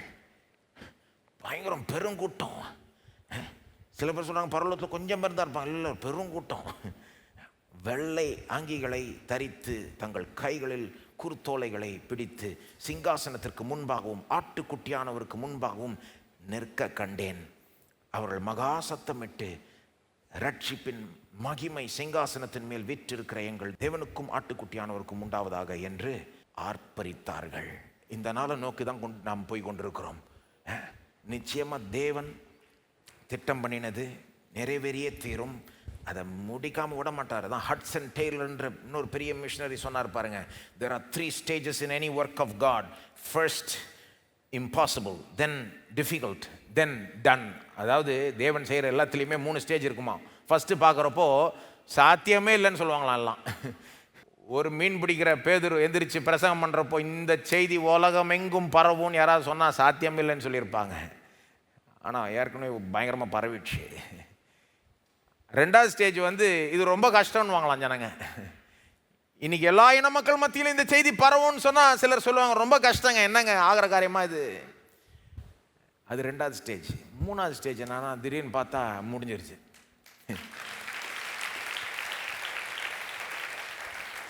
அப்போ தேவன் முடிச்சிருவாருங்க, சந்தேகமே கிடையாது. நீங்கள் உங்கள் பங்கை செய்வீங்களா? அதான் கேள்வி. உங்கள் பங்கை நீங்கள் செய்ய போகிறீங்களா? உங்களை அழைக்கிறார், நமக்கு இதில் ஒரு பங்கு கொடுக்குறாருன்னா அது நமக்கு கிடைக்கிற பெரிய ஒரு ஸ்லாக்கியம். பாரம் கிடையாது, ஸ்லாக்கியம், பாக்கியம். நாம் எழுந்து நிற்போம். இப்போவே நீங்கள் ஜெபிக்கணும்னு நான் விரும்புகிறேன். நம்ம இப்போ தான் பார்த்தோம்ல, இன்னும் நம்ம இதை பற்றி ஜெபிச்சா பெரிய காரியங்கள் நடக்கும். அப்போ நாம் இப்படி ஜெபிக்கணும்னு விரும்புகிறேன். இயேசு சொல்லி தந்த மாதிரியே ஜெபிங்க. வேலையாட்களை அனுப்பும்படி அவரை வேண்டிக் கொள்ளுங்கள். குறிப்பாக ஜெபிங்க, நம்ம சபையிலிருந்து தேவன் சில வாலிபர்களை எழுப்புவாராகன்னு ஜெபிங்க. இதுக்குன்னே அழைச்சு எழுப்புவார் என்று ஜெபிங்க. ஃப்ரண்டியர் மிஷனரிஸ் மற்றும் லோக்கல் இவாஞ்சலிஸ்ட், கேள்விப்படாத சுவிசேஷம் கேள்விப்படாத இடங்கள், அப்படிப்பட்ட இன மக்கள் மத்தியில் போய் செய்கிறதுக்கு ஆட்களை எழுப்புவார் என்று ஜெபிங்க. நம்ம ஊரில் கேள்விப்படாதவங்க எவ்வளோ இருக்கிறாங்க, அவங்கள்ட்டையும் லோக்கலாக போய் சொல்லக்கூடிய ஆட்களை எழுப்புவார் என்று ஜெபியுங்கள். வெறும் ஃப்ரீ டைமில் செய்கிறவங்க அப்படின்னு மட்டும் இல்லைங்க, இதுக்குன்னே ஆட்களை தேவன் எழுப்புவார் என்று ஜெபிங்க. வேலை ஆட்களை அனுப்பும்படி அவரிடத்தில் வேண்டிக் கொள்ளுங்கள். ஏற்கனவே தேவன் செய்து கொண்டு வருகிறார். நம்ம சபையில் இன்னும் அதிகமாக செய்வார். வாலிபர்களை எழுப்பி கொண்டு இருக்கிறார். மனுஷிகமாக இது நடக்கக்கூடாது. ஏதோ ஒருத்தர் இமோஷனலாக மூவ் ஆயிடுறாங்க. தேவன் எழுப்பணும், தேவன் அழைக்கணும், தேவன் அனுப்பணும். இது தெய்வீக காரியமாக இருக்கணும். ஆனாலும் தான் ஜெபிக்கிறோம். சும்மா நாம் எடுக்கிற ஒரு முடிவு இல்லை, நான் போகிறேன் செய்கிறேன். இது அவர் இப்போ வேலை செய்யலைன்னா நம்ம என்ன செஞ்சாலும் ஒரு ஆத்மா கூட ரட்சிக்கவே முடியாது. ஆனால் நாம் ஜெபிக்கும் போது அவர் செய்வார். மற்றவர்கள் இதயத்தில் வேலை செய்வார், அவங்கள அழைப்பார், இதுக்குன்னு அவங்கள கூப்பிடுவார். அவங்கள சும்மா விட மாட்டார் தேவன், அவங்கள எழுப்புவார். ஜெபிப்போம். ஸ்தோத்திரம் ஆண்டவரே, ஸ்தோத்திரம். எங்கள் சபையிலேருந்து தேவனே முழு நேர ஊழிய பிரசங்கியார்களை எழுப்புவீராக. இந்த வேலைக்குன்னே ஏதோ அவங்க ஒரு முடிவினால் எழுப்புகிறவர்கள் அப்படி வேண்டாம் ஆண்டவரே. நீர் அழைக்கிறவர்கள், நீர் அபிஷேகிக்கிறவர்கள், நீர் நியமிக்கிறவர்கள், நீர் அனுப்புகிறவர்கள், வேலையாட்களை அனுப்பும்படி நாங்கள் உம்மை வேண்டிக் கொள்கிறோம். அது யார், அது எப்போன்றதெல்லாம் உம்முடைய முடிவு ஆண்டவரே. அதுக்கு எங்களுக்கு சம்மந்தமே கிடையாது. நீர் தான் சூஸ் பண்ணுகிறீர். நீர் தேர்ந்தெடுப்பீராக, நீர் பயன்படுத்துவீராக. தேவனை எங்கள் மத்தியில் இருக்கிற ஆட்களை எழுப்பு ஆண்டவரே. ஸ்தோத்திரம், உம்மை ஸ்தோத்தரிக்கிறோம். இது வரைக்கும் சுவிசேஷம் போகாத இடங்களுக்கு போகும்படி சிலரை எழுப்பி அனுப்பு ஆண்டவரே. இங்கே எங்கள் ஊரில் இன்னும் கேள்விப்படாத எவ்வளோ மக்களுக்கு போய் சேரும்படி இன்னும் அதிகமாக சில ஆட்களை எழுப்பும் ஆண்டவரே.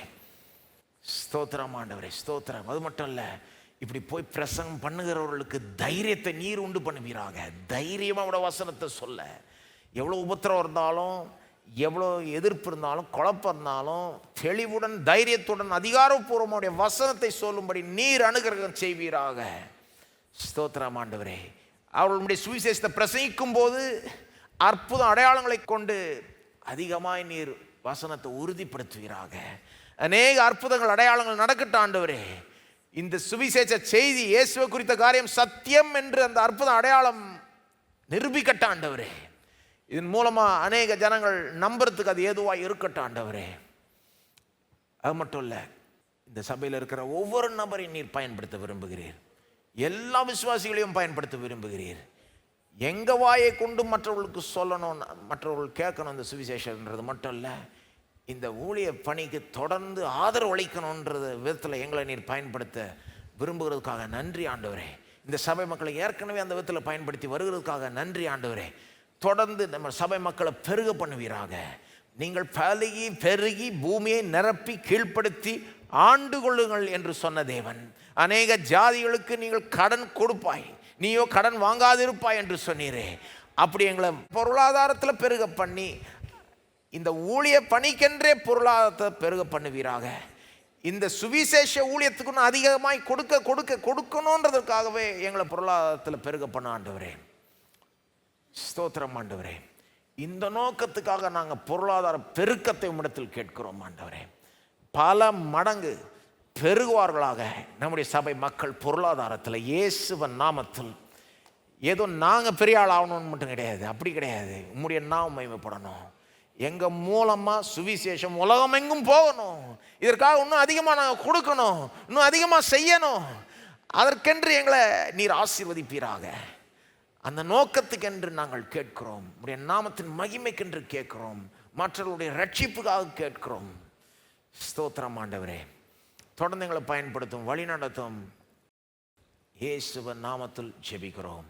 ஆமேன். நம்முடைய கர்த்தராகிய இயேசு கிறிஸ்துவினுடைய கிருபையும் பிதாவாகிய தேவனுடைய அன்பும் பரிசுத்த ஆவியானவருடைய ஐக்கியமும் நம்மோடு இன்றைக்கும் என்றைக்கும் இருப்பதாக.